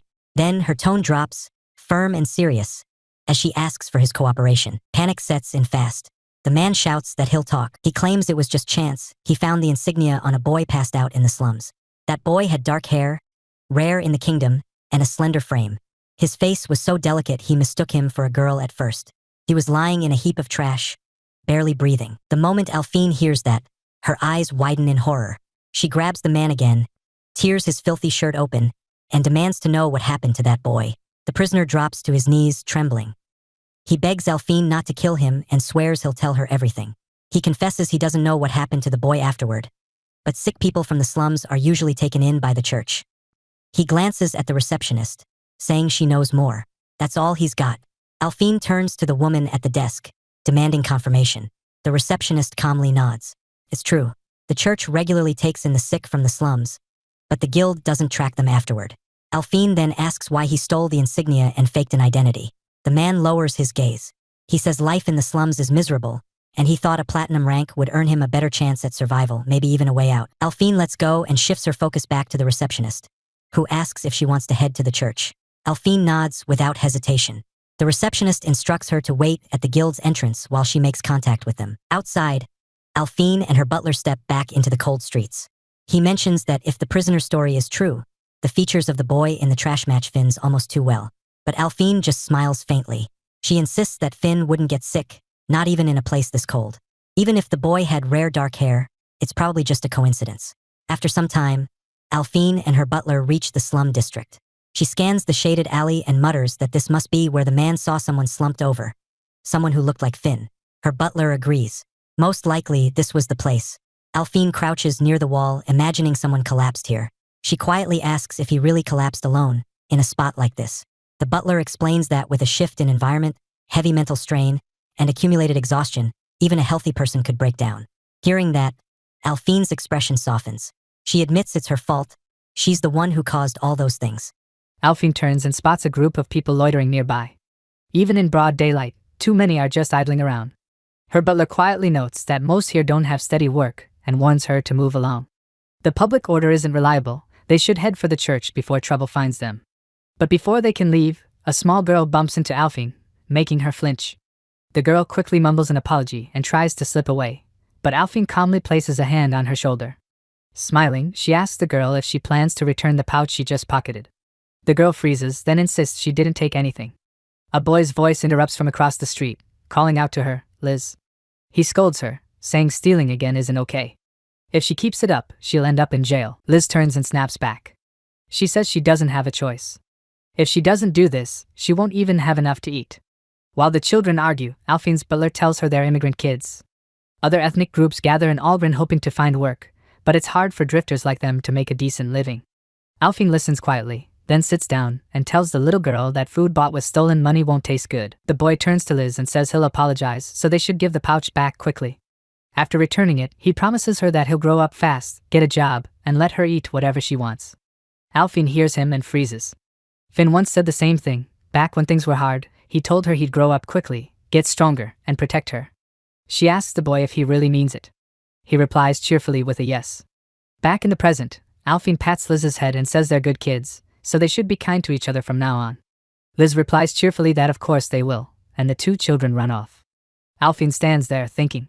She's grown up into someone who can't be honest with herself, spoiled and unconsciously reliant on him, just because they were childhood friends. Later, she and her butler arrive at the church, where a nun greets them. They explain that they're looking for a man with black hair who collapsed in the slums a few days ago. The nun nods. She says the guild already contacted her, and there was indeed a man who matched that description.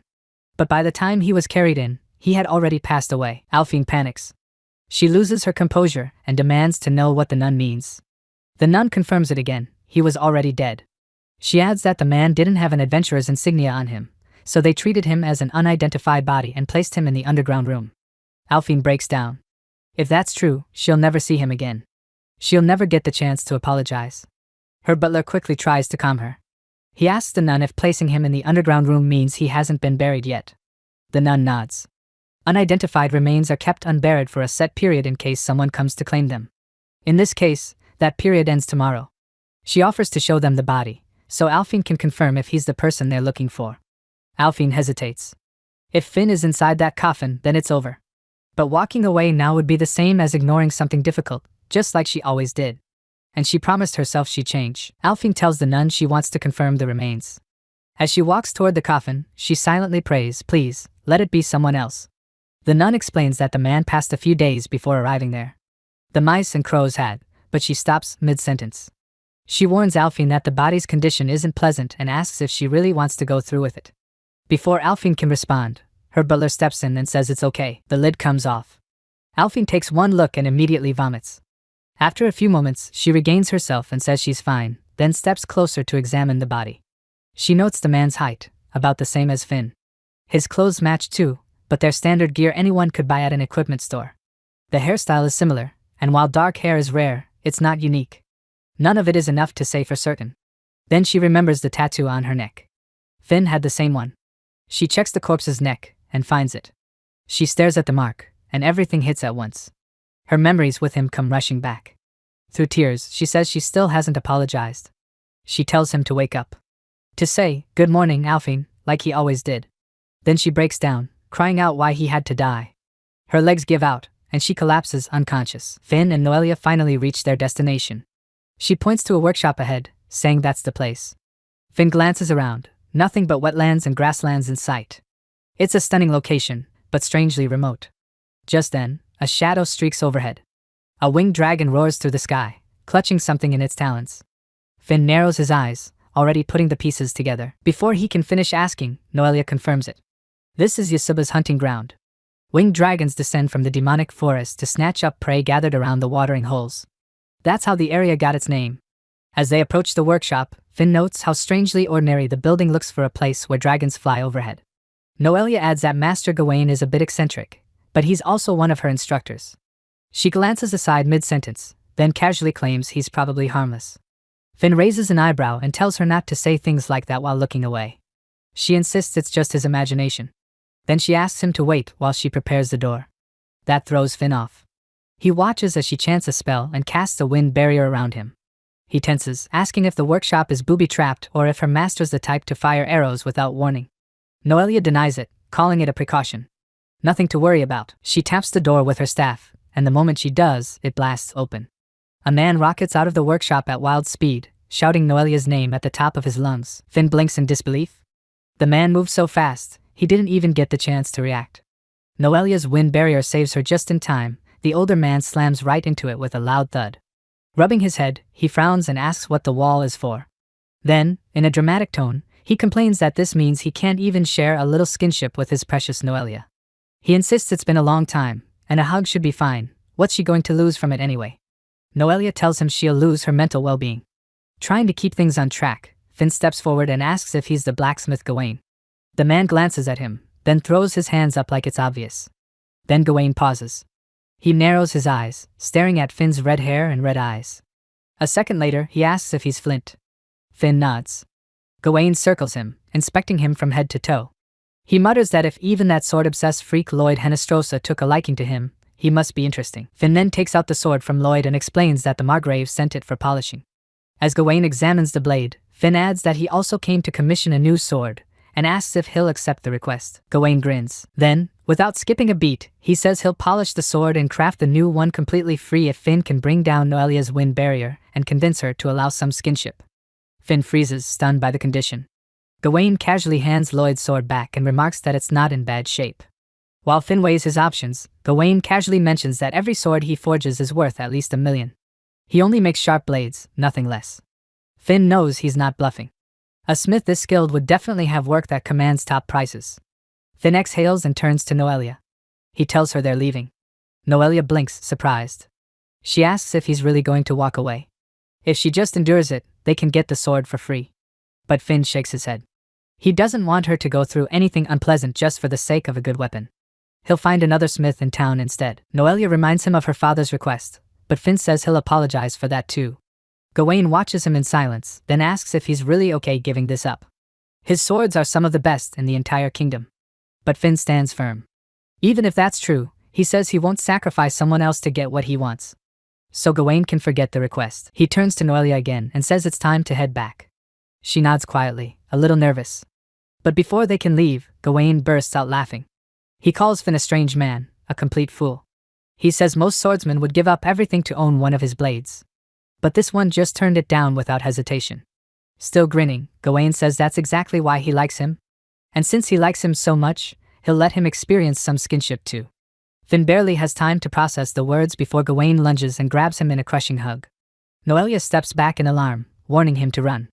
But it's already too late. Finn's caught in a death grip, groaning in pain. Gawain tells him not to squirm. Skinship like this should be shared slowly, carefully. Finn grits his teeth, struggling to break free. He thought this guy was just a musclehead, but now he can't even budge. Noelia suddenly shouted at Gawain, telling him he was going overboard, then cast sleep magic on both of them. After some time, Finn wakes up to see Noelia right in front of him, asking if he's awake. He gets up and asks where he is. Noelia apologizes for not warning him properly.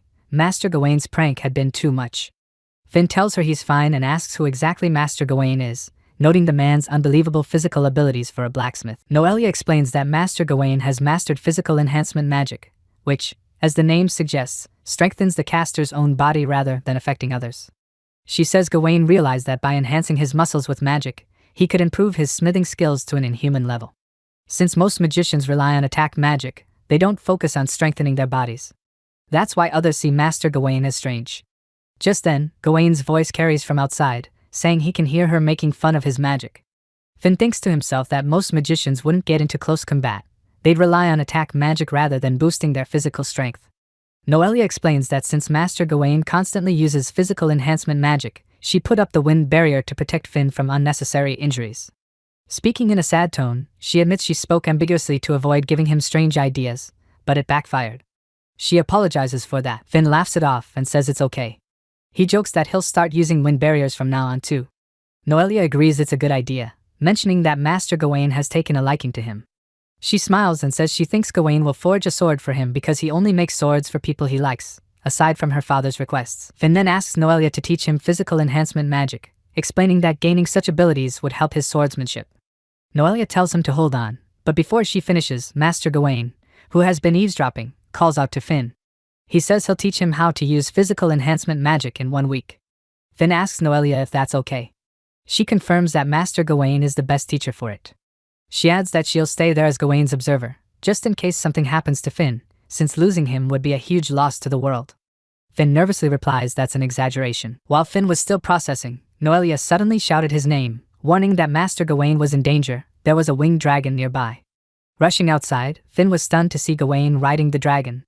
Gawain told them he was heading to Lloyd's place for a while and would tell him to leave his daughter in his care. He added that he'd be back before dinner and to prepare something for him to eat, then took off in a hurry. Finn stared after him, surprised that Master Gawain rode a winged dragon at twilight. That same day, Gawain returned with several arrows embedded in the dragon's body. The next morning, he cheerfully told Finn that now they had permission to stay over, it was time for training. Finn eagerly asked him to take good care of him, while Noelia, with a slightly disheartened tone, echoed the request, much to Gawain's surprise. Noelia explained that although she had already received training instructions, she wanted to be there to refresh her memory. Gawain nodded and said he understood. Removing his jacket, Gawain announced they would start with strength, the foundation of physical enhancement magic. He explained they should focus on the muscles they wanted to strengthen, then apply magical stimulation and healing to build them up. It was a magic that dramatically bolstered their muscles. Finn listened, wondering if he understood Gawain's point, but questioned if flexing muscles was really necessary. Next, Gawain introduced quickness magic, which temporarily strengthened muscle movement. To demonstrate, he moved back and forth at ultra speed, creating afterimages of himself. Noelia remarks that Master Gawain's magic is as unfathomable as ever, but she still can't understand why a mage needs to move like that. She explains that for a magician, keeping distance from enemies is crucial, and it's more effective to stop them with a barrier than to get close. As she says this, she and Gawain exchange a look, and suddenly Gawain dashes toward her, only to crash into her wind barrier.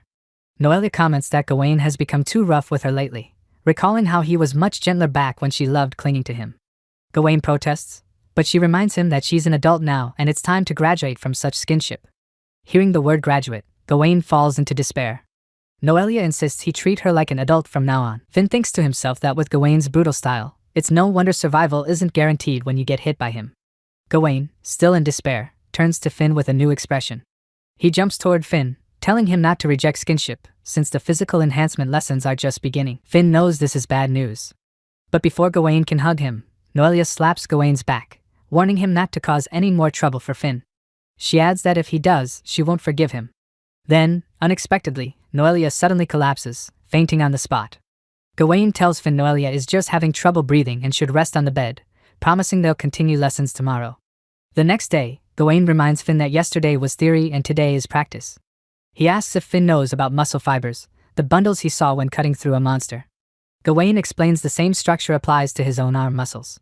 Finn struggles at first, so Gawain breaks it down. No matter how much mana Finn has, suddenly boosting too much muscle at once will overwhelm his body and cause collapse, just like what happened to Noelia yesterday, which embarrasses her. Finn focuses and manages to activate the effect just as Gawain instructed. Gawain praises him for succeeding on his first try, calling him talented at physical enhancement magic. He hugs Finn and says it's no surprise since he allowed skinship with him. Meanwhile, Noelia lies on the ground, and Gawain comments she's the same as always. Noelia retorts that's why it's tough, training the body comes first. Gawain agrees, saying after their skinship yesterday, he realized Finn is already well trained.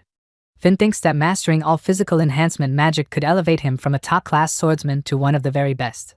He remembers Alphine, the best swordswoman he knows, then smiles, unsure if he'll reach that level but feels hope thanks to Gawain's training. Gawain explains quickness is like strength but burns 3 times more stamina. He warns Finn to eat well or risk headaches, nausea, or even passing out.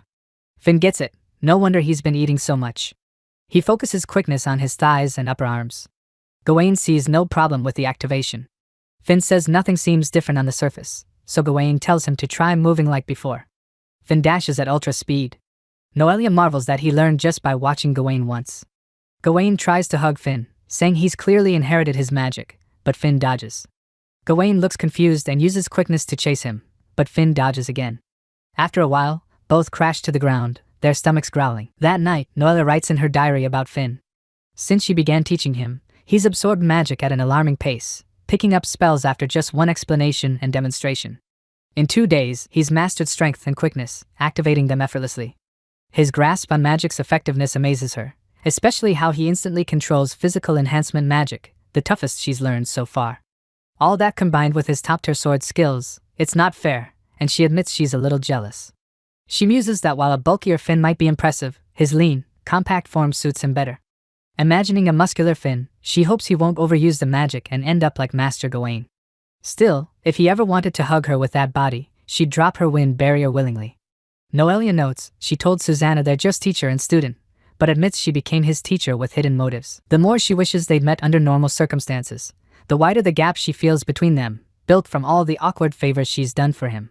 Now all she can do is watch over Finn without causing trouble and keep her distance, until a sudden knock at the door interrupts her thoughts. Finn's voice startles Noelia from outside her door, asking if he left his bag in her room and if he can come in to find it himself. She quickly asks him not to enter. The room is cluttered with his belongings, like his mantle and the observation diary she's been writing. Finn agrees it's not right to enter a girl's room at night and decides to look later. But Noelia insists she's found the bag and returns it to him. Finn apologizes for disturbing her so late, then suddenly turns away and leaves quickly after wishing her good night. Noelia, confused, wonders if she made him uncomfortable. Then she realizes what it might be. She had been hiding her body, fearing she'd inadvertently shown him too much skin, as if trying to seduce him. Tears well up as she thinks her respectable first impression is ruined. Even though she hid the diary, she worries he may avoid eye contact from now on. Clutching his mantle, she sniffles his name softly. The next morning, Finn and Gawain take winged dragons into the demonic forest. Suddenly, a strange light darts toward them, startling Finn. He asks Gawain about it, who explains it's the Grand Fortress Turtle, a dangerous creature that acts like a warning from the forest. If its attack hits the winged dragon's wings, it can tear through the membranes, and in the worst case, bring them crashing down to a fatal fall. Finn spots the Grand Fortress Turtle and recalls hunting many near the capital's outskirts. He notes they're slow, weak against ground attacks, but deadly to flyers. Gawain accelerates, lowering them just above the treetops. Suddenly, multiple glowing lights swarm them. Finn asks what those are. Gawain explains it's the turtle gathering spot, laughing as the creatures launch attacks. Finn is shocked. This hardly seems like a moment for laughter. Gawain dodges nimbly, saying it's their way of giving a warm, hungry welcome. Realizing he can't dodge them all, Finn chants a spell, conjuring a magical barrier around himself. 2 hours earlier, Finn and Gawain found Noelia exhausted with. When they asked, she embarrassedly admits she stayed up late writing a letter to the Magic Research Institute. Finn smiles, thinking she always gets too absorbed when it comes to magic. Finn gently pats her head and tells her to start sleeping properly. Magic research might be a kingdom task, but it's not worth burning herself out. When Noelia starts trembling, he worries if he was too blunt. But she quietly thanks him for caring and says breakfast is ready. She'll take his advice and rest a bit first. Gawain instantly perks up, volunteering to carry her, but Noelia shuts that down without hesitation and disappears into her room. During breakfast, Gawain grumbles, asking if Finn thinks Noelia is acting cold toward him. She used to be much more affectionate. Finn answers that she's a grown woman now. It's only natural for her to be embarrassed when treated like a child. Gawain sighs and admits he gets it. Finn figures he must be feeling a little lonely now that Noelia's all grown up. Afterward, Gawain tells Finn to hurry up and eat. They're heading into the demonic forest today to hunt monsters and gather materials for his sword. Finn hesitates, pointing out that he's only a bronze-ranked adventurer. Gawain scoffs and asks who would dare stop someone capable of using physical enhancement magic on their first try. He rises from his seat, telling Finn to get ready.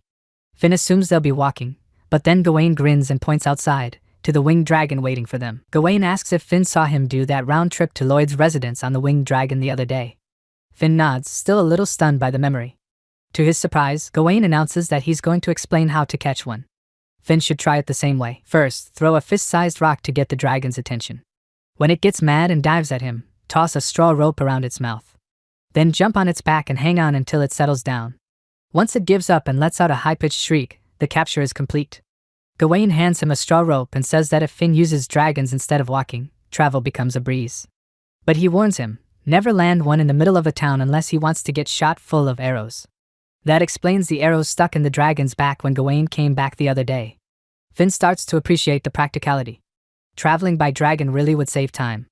But even with physical enhancement magic, could he really pull off a stunt like that? Before he can finish the thought, Gawain grabs him and lifts him up.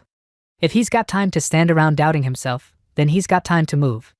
With that, Gawain hurls him straight at the dragon, shouting for him to get going already. Finn reaches the largest dragon in the group and instantly feels the pressure. This one's massive.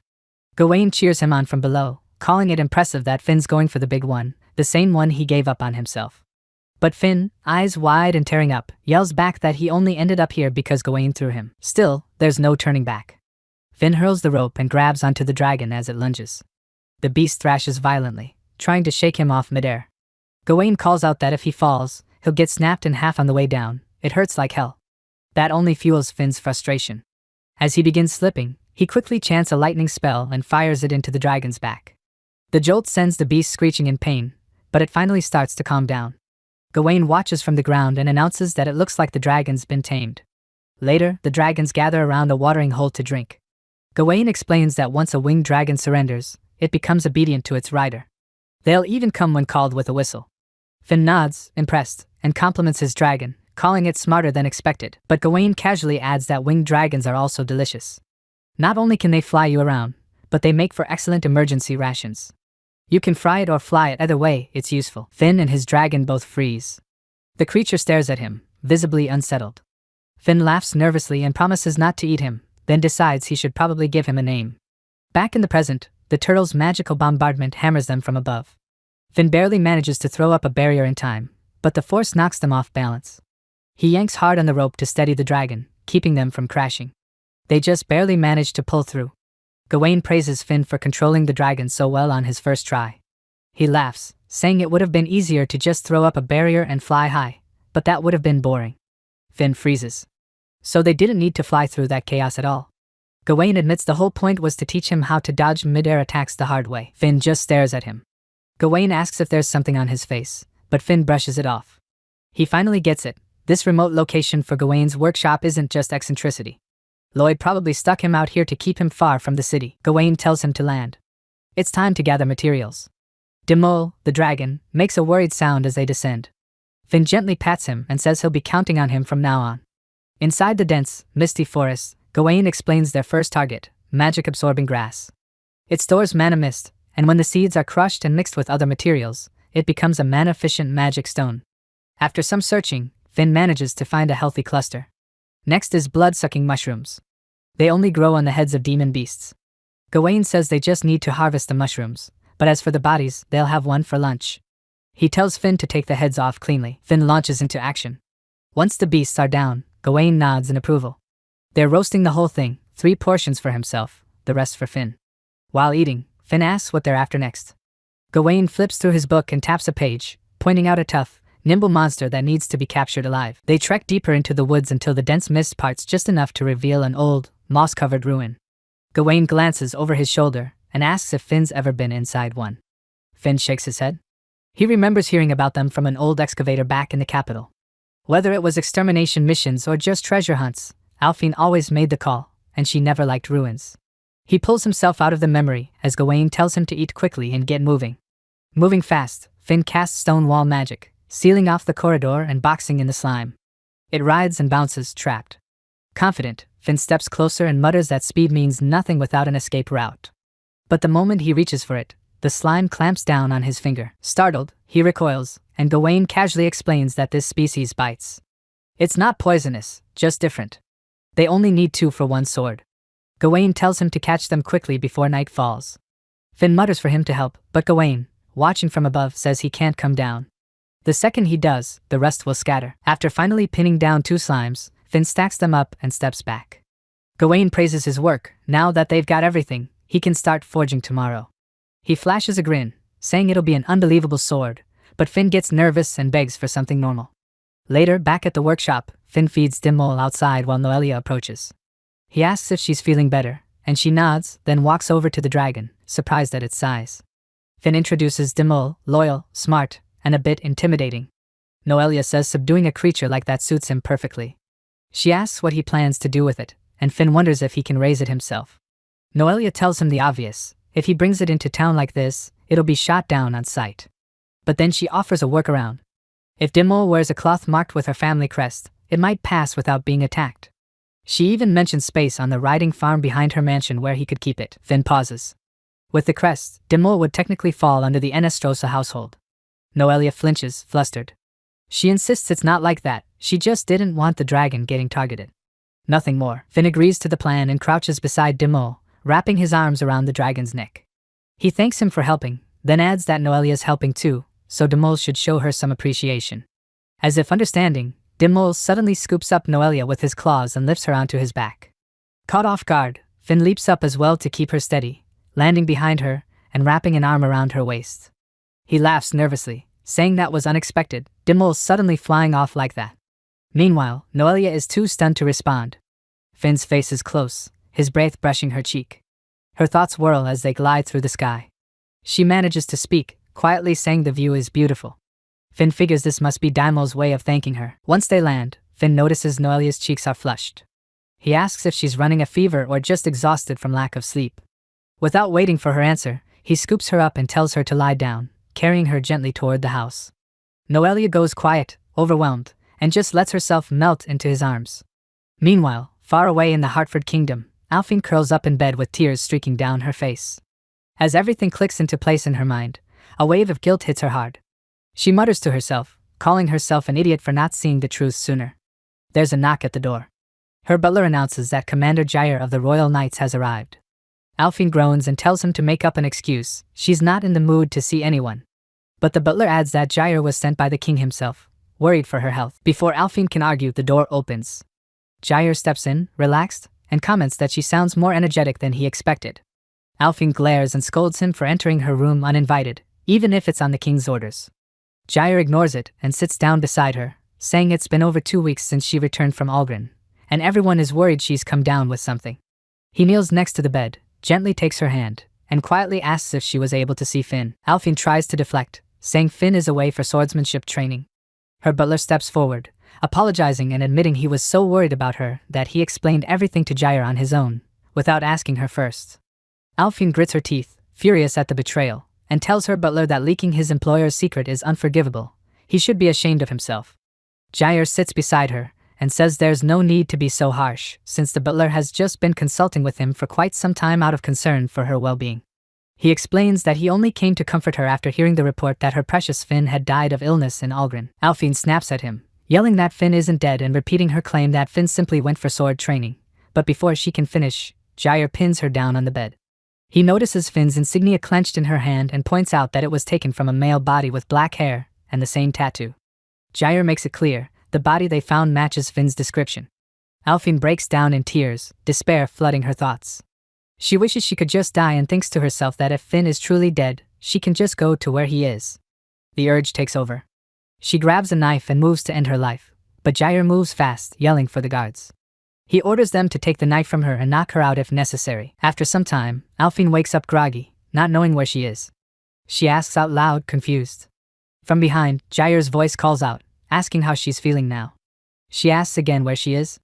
Jair tells her she's in his mansion and says she can use it however she likes. Jair smiles at Alfine and adds that she won't find anything in the room that could be used as a weapon. He says he saved her life and he can't let her try to hurt herself again. He lifts her chin and tells her not to be scared, assuring her that he isn't trying to lay his hands on her, since he prefers making his partners do what he wants while they're fully conscious. Alfine asks what he actually wants from her. Jair keeps smiling and says he's sure she has a pretty good idea of what he wants. Alfine answers that she isn't that sharp and won't understand unless he tells her clearly, calling herself stupid. Jair tells her to take her time until she figures it out, since he is a man of patience. He adds that until she feels better, she is welcome to stay as long as she likes, and perhaps this will be his way of showing respect for Finn, who died far up in the north. After some time, Alfine looks out the window and thinks about how the night knocked her out with a single blow.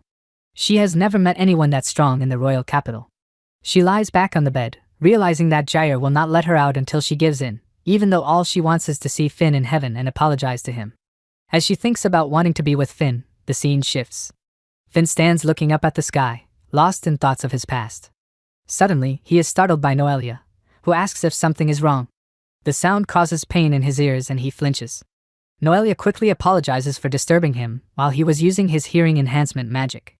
Finn tells Noelia it's all right and admits he needs to be more careful about where he uses his hearing enhancement magic. Back at Jair's mansion, a pair of maids enter Alfine's room carrying her lunch, but they find the room empty. Alfine is nowhere to be seen. Elsewhere in the mansion, Jair asks Alfine's butler for an update, since it's already been 3 days. The butler replies that while Alfine seems lifeless and lost in her thoughts, she's still eating her meals, so there's no problem with her health. Jair smiles, pleased, and says it looks like his plan is working perfectly. Alfine is now nothing but a helpless woman. The butler warns Jair not to let his guard down, explaining that Alfine has always been devoted to her sword and could still try to take her own life again. Jair says he knows, which is why he keeps the night maid, borrowed from the butler, close by at all times. He says he just needs one more step and then the sword maiden will fall into his hands. Meanwhile, Alfine is quietly making her way somewhere in the mansion. As she moves, she overhears a conversation. She hears someone mention Finn's disappearance, calling it very convenient for them. She stops and listens more closely, thinking she just heard Finn's name. Her butler continues, explaining he was able to get information from the Adventurers Guild in Algren about a man carrying an adventurer's badge. That's when the idea first came to him. Jair grins and calls it a brilliant idea, using a corpse about the same height as Finn, dyeing the hair black, and adding a tattoo on the neck to perfectly match Finn's appearance. He says bribing the Adventurers Guild officials and the man with the badge was the final touch, making sure the whole story lined up so Alfine would believe everything without question. Jair bursts out laughing, genuinely pleased with how well the scheme worked. He praises the butler for his part, but the butler quickly urges him to lower his voice, reminding him that Alfine has not completely broken yet. The butler warns Jair to never make a request like this again, since their real mission is to support the Prime Minister, Jair's father. Jair waves off the warning, saying he understands, but insists that Alfine is the most beautiful woman in the kingdom. He claims that once he finally has her, he won't need the butler's help for anything else. Alfine stands in the hallway, fists clenched in anger as she listens to the whole conversation. The truth hits her, everything she saw in Algren was a setup. The body wasn't Finn at all. She calls herself a fool for falling for such a cheap trick and nearly letting it break her. She feels ridiculous for being taken in by a fake corpse, then lets out a shaky laugh, admitting she truly is an idiot. Trying to steady herself, she decides to think the situation through. If she acts only on emotion, she'll fall for another trap. Now she knows Finn is alive, and Jair is just using this plot to force her into his hands, which she finds completely absurd. She realizes that Vigo has been working for Jair all along and might know more about Finn's whereabouts. Alphine makes up her mind to confront him and get the truth. She forces open the door and steps into the room, catching both Jair and the butler by surprise. Her eyes are sharp and focused. She tells them directly that she overheard their entire conversation and demands to know more about what they've been plotting. Jair spins around in shock when he sees Alphine standing in the doorway, demanding to know what she's doing there and where the maids have gone. Before he can react further, Alphine suddenly appears right behind him, her sword drawn and pressing cold steel against his neck. She tells him to forget about the maids and orders him to tell her everything he knows about Finn. She shoots a furious glare at her butler and tells him he'd better start talking as well. Jair tries to calm her down, asking if she's lost her mind, but Alphine presses the blade closer, drawing a thin line of blood. Jair warns her that if the king hears about this, she'll lose not just her sword saint title but her noble status as well. Alphine cuts him off, saying she doesn't care about any of those titles anymore, she only wants to know about Finn. She turns to Vigo, locking eyes with him, and warns that if he doesn't talk, his real master could end up dead. Vigo tries to reason with her, telling her to calm down and put the sword away, promising to tell her everything he knows about Finn. But Alphine presses the blade even harder into Jair's neck, making the cut deeper, and demands the truth first. Jair's composure breaks, he starts to cry and begs Vigo to save him, insisting he doesn't want to die. Vigo sighs and finally speaks. He says he's sure Finn is still alive. The man carrying Finn's adventurer badge actually picked it up in the frontier city of Huguenot, intending to pose as someone else. That man later traveled all the way to Algren. Alphine quickly asks if Finn really went to the frontier. Vigo answers that it's possible, but the truth is they lost all trace of Finn in Huguenot, and have not been able to locate him since. That's all the information he has for now. Alphine fixes Vigo with a serious glare and asks if he's sure he isn't hiding anything else. Vigo answers steadily that they believe Finn is still alive, but they truly have no idea where he is now. Alphine assesses him carefully and decides he doesn't have any more information to offer. Jair, with tears still in his eyes, pleads with her to let him go now that she's satisfied, but Alphine refuses. She declares that Jair will be her hostage until she leaves the royal capital, and she tells Vigo to fetch her a carriage immediately. To her surprise, Vigo apologizes and says he can't help her with that. The moment he speaks, 2 guards crash through the window and attack her. Vigo orders the guards to protect Jair, telling them not to hold back, even if it means killing Alphine. Alphine dodges their attacks and launches herself at one of the guards, swinging her sword with all her strength and shouting that she's got him. But she's stunned when her blade fails to cut through his arm, even at full power. The guard counters, landing a powerful blow and throwing Alphine straight out the window. As she falls, Alphine notices that the guard's skin is harder than a sword and his blood is green. She realizes she can't win a direct fight against them and needs to escape and find Finn. Spotting a carriage below, she twists midair and crashes onto its roof. The girl driving the carriage, startled by the sudden impact, is about to scream, but Alphine quickly covers her mouth. Alphine tells her to stay quiet and apologizes, saying she needs to borrow the wagon. The driver, Mela, is an excavator by trade and is left trying to process the chaos. She had just been heading out to explore some ruins when, out of nowhere, the famous sword Saint Alphine drops from the sky and claims her wagon. Mela starts to get excited, wondering what kind of adventure she's stumbled into now that the famous sword saint is hiding in her wagon. As Alphine hides inside, Mela keeps staring at her with wide, sparkling eyes. Alphine warns her to stay calm and says she's going to remove her hand now, so don't make a scene. But as soon as Alphine lets go, Mela blurts out, asking if she really is the sword Saint Alphine. Alphine quickly hushes her, saying not to make noise and explaining that she won't go into details but she needs to borrow the wagon for now. Mela is clearly confused, but Alphine figures anyone would be confused if someone dropped from the sky and demanded their wagon out of nowhere. After some time, as they sit together inside the wagon parked at the roadside, 2 guards approach and peer at them suspiciously. One calls out, asking if anyone is inside. Mela answers, asking how she can help them. The guard says they're looking for a woman with black hair who recently ran away from a mansion nearby while recovering from an illness. He points out that the person inside sounds like a woman and asks what she's doing parked there. Inside the wagon, Mela quickly takes off her clothes and answers that she's just changing because she was sweating from the heat. The guards don't buy it and insist they need to check inside. When they open the door and see Mela completely naked, they both freeze up and blush, flustered by the unexpected sight. Mela glares at the guards and scolds them for interrupting a woman while she's changing clothes. She points out that, as they can see, she doesn't even have black hair. Then she asks sarcastically if peeping on women is part of their job. The guards instantly blush, apologize for their rudeness, and hurry away without further questions. After they're gone, Alphine comes out from her hiding spot and quietly asks if the coast is clear. As she thanks Mela for covering for her, Mela suddenly leaps at her and bites her cheek, startling Alphine. Mela pins her down, raving about how delicious Alphine's cheeks are and asking if she can lick them more. She even comments on how Alphine has big jugs, embarrassing her further. A moment later, Alphine is sitting up, thanking Mela again for the help, while Mela just sits there quietly, sporting a fresh bump on her head. Mela then introduces herself as an adventurer who specializes in ruins exploration.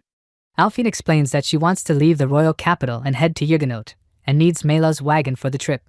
She offers to pay as much money as needed, saying she has plenty. Mela thinks it over for a moment and then lights up, excitedly declaring that she'll go with Alphine, suggesting they make a love escape together. Alphine is left in shock at the sudden declaration. Mela adds that she's going to register for a job at the guild in Huguenot so they can pass through the city checkpoints easily, and says she'll also pick out some cute clothes for Alphine. Meanwhile, back at Gawain's place, Finn tells Noelia that he's going to feed Dimol and the other dragons, so she can get started preparing their food. Just then, Gawain comes running over, shouting with excitement that it's finally done. Gawain grabs Finn by the shoulders, shaking him with excitement, and announcing that it's finally finished, he's made the perfect sword. He calls it his masterpiece and urges Finn to give it a try. Finn swings the sword a few times, immediately noticing how surprisingly light it feels despite its heavy appearance. He's impressed by how easy it is to handle, with perfect balance between flexibility and hardness. Looking up at Gawain, Finn grins and says it's no wonder he calls it a perfect sword. Gawain beams with pride, confirming it's his best work yet. Suddenly, a voice echoes out, saying it's honored that Master is pleased and looking forward to many years of working together. Finn freezes, confused by the word master, and glances at Noelia, who is too shocked to even speak. Finn then looks over at Gawain, who's pretending he didn't hear anything. Suspicious, Finn asks if Gawain put something extra in the sword. Noelia, regaining her voice, asks if the sword is what she thinks it is. Gawain keeps ignoring them, acting oblivious, but Noelia warns him that if he keeps pretending, she'll report him to her father and have his entire workshop relocated to the demonic forest. Gawain starts sweating nervously but still refuses to answer. Noelia steps aside and quietly tells him that if he tells the truth about the sword, she'll let the whole thing slide. Then, glaring at him in a way that looks just like her father, she demands an answer. Terrified, Gawain finally caves. He mutters that he wanted to surprise Finn, so he doesn't see why he has to reveal the secret now. But seeing no other option, he finally admits the truth. Finn's new sword is a magical sword with intelligence. Both Finn and Noelia are left in shock by the revelation. Gawain explains that he's always wanted to use a metal slime from the ancient ruins as material for forging a blade. When he finally managed to craft one, it reacted with the magic stone he embedded and unexpectedly started talking. Noelia shouts in disbelief, demanding to know what exactly he's created. She reminds him that creating an intelligent weapon is forbidden by the kingdom because of how dangerous they can be. Gawain tries to reassure her, saying there's no need to worry since the sword seems perfectly obedient to its owner. Both Finn and Noelia glare at him, clearly not convinced. Gawain hesitates for a moment, then reveals there's even more. The sword has the ability to absorb the essence of monsters and grow stronger. He calls it a sword that evolves by killing monsters and communicating with its wielder. Finn is stunned at the idea, a sword that can actually grow by absorbing essence. He asks why Gawain would give a weapon such a dangerous ability, especially when it might go out of control. He also wonders aloud if an intelligent weapon is really just a talking sword, since he feels like there's something more to it. Gawain, clearly excited, tells him the sword can do much more than talk. Not only can it speak, but it's also able to use magic. Finn yells in shock, realizing the sword can use magic on its own.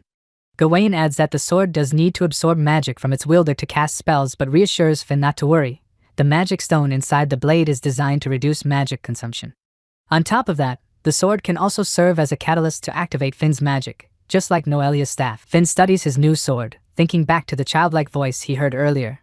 If the sword truly has intelligence, that voice must have belonged to the blade itself. The sword confirms it, cheerfully calling him Master Finn. Finn and the others are amazed that the sword can speak on its own. Curious, Finn asks the sword if it can actually read his mind. The sword replies that it can. Finn wonders if this is because his blood was mixed with the metal slime used to forge the blade, and the sword responds that it's possible. Wanting to test the sword's power, Finn asks if it can really use magic by itself. The sword says yes, but explains that right now, due to lacking enough essence, it can only use fire arrows.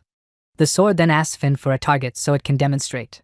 Finn points toward the stove and tells the sword its target is the firewood inside, warning it not to blow up the whole stove. Everyone watches as strange sounds begin to emanate from the sword. A small flame forms at its tip before the sword fires off a blazing arrow, which lands perfectly in the stove. Noelia, still shocked, says the sword really can use magic, and notes that it even performed a high-speed chant. Gawain, beaming with excitement, asks Finn what he thinks and declares that, if he can mass-produce swords like this, magicians would never need to chant again. Noelia immediately shoots down the idea. She tells Gawain that before he can even think about mass production, he'll be thrown in jail. She reminds him that an intelligent sword capable of casting magic is far too dangerous for the kingdom to ever approve, which leaves Gawain hurt and frustrated. While Gawain complains, still not understanding why the kingdom would disapprove of such an invention, Finn is quietly amazed that he's ended up with such an extraordinary sword. After a while, Finn, Noelia, and Gawain arrive at the edge of the demonic forest. The sword, sensing the change, remarks that they're finally entering an actual battlefield, though it admits it feels nervous. Finn reassures the sword, telling it not to worry, he knows it's capable. Noelia agrees, adding that she's sure Finn will use the sword well. The sword thanks both of them, promising to do its best to be useful. As Gawain mutters to himself, feeling a little left out, Finn and Noelia suddenly spot something rushing toward their group. Before they can react, an attack slams into Gawain, knocking both him and his dragon to the ground. Finn stares in confusion, trying to process what just happened. Noelia quickly points to the source, a massive, three-headed monster. She recognizes it immediately as the demon beast Cerberus. Finn asks if it's powerful, and Noelia answers seriously that yes, it is, and it's honestly a bad idea to even try fighting it. She's confused, wondering aloud why Cerberus would come all the way to Yasuba's hunting grounds, since they're not known to appear in the southern part of the demonic forest. Finn sees that Noelia is frightened and wishes he could just turn back, but he quickly decides on a plan. He tells Noelia to get on Dimol, the dragon. Noelia, tense, asks if Finn is planning to go down there and try to rescue Master Gawain. Noelia worries to herself that no matter how strong Finn is, going up against Cerberus is just too dangerous. She reassures herself that if it's Master Gawain, he should be able to handle himself, but she can't help feeling anxious. Finn quickly orders Dimol to carry Noelia to a safe location, and as Dimol takes off with her, Finn leaps down into the demonic forest. As he falls, Finn chants a spell, and just before hitting the ground, he activates a wind barrier to break his fall and lands safely. Without wasting a moment, he uses his hearing enhancement magic to search for Gawain's whereabouts. After a minute of scanning the area, he locates Gawain hiding behind a bush. Finn appears beside him and announces that he's found him, startling Gawain. Gawain calls Finn a fool for coming and insists he needs to run away while he still can. Finn tells him he came to help, but before he can say more, Gawain urgently tells him to look behind. Finn turns just in time to see the Cerberus towering over him, its three heads glaring. Finn's sword pipes up, asking if they're going to fight and what it should do. Finn instructs the sword to use fire arrows to hold the beast back, granting it permission to use as much magic as necessary. The sword fires off a volley of fire arrows, but Cerberus seems completely unfazed and charges at Finn in a rage. Suddenly, Gawain jumps in front of Finn and throws up a magic barrier to protect him. Cerberus immediately attacks with its dark breath, a sinister blast that begins to eat away at Gawain's barrier, threatening to break through. Finn charges straight at the Cerberus and swings his sword, aiming to cut off one of its heads. But the moment he severs the neck, the beast's wound instantly heals itself. The sword quickly encourages Finn to try again, suggesting a different approach. Finn agrees and dashes forward once more, and this time, as he swings, the sword coats itself in magic. When the blade strikes, Cerberus howls in pain, and this time, the wound doesn't heal. Seeing that the magic worked, Finn thinks they might actually have a chance. But just as he starts to gain hope, Cerberus snaps back and lunges at him. At the last second, Noelia arrives, unleashing her wind blade tornado to shield Finn from the attack. Finn is shocked to see her, but Noelia tells him to save the lecture for later and stay focused on the fight. Finn quickly agrees, grateful for the backup, as Gawain calls out for them to come up with a plan. Noelia analyzes the situation, explaining that as a Cerberus, the beast's fur is highly resistant to magic, and its healing factor means it will take repeated, focused attacks to land a fatal blow. Finn responds that when his magic sword fired a fire arrow at Cerberus's wound, the flesh seared and stopped healing, so if they can keep hitting it like that, they might be able to bring it down. Gawain agrees but points out that they first need to stop Cerberus's heads from moving, otherwise, its breath attack could wipe them out in an instant. Finn says that in that case, they'll have to use much stronger attacks to finish the fight quickly. The sword suddenly suggests trying to engulf Cerberus in flames, which catches Finn off guard and leaves him a bit confused. Noelia agrees that searing Cerberus's wounds with flames might work, and Gawain supports the idea too. Without wasting another second, Gawain charges at the monster, shouting that they don't have time to overthink things, they need to move now. He calls for Dimmel to help distract one of Cerberus's heads. While Gawain keeps one head busy and Dimmel distracts another, Finn orders Dimmel to fly to the opposite side, setting up their attack.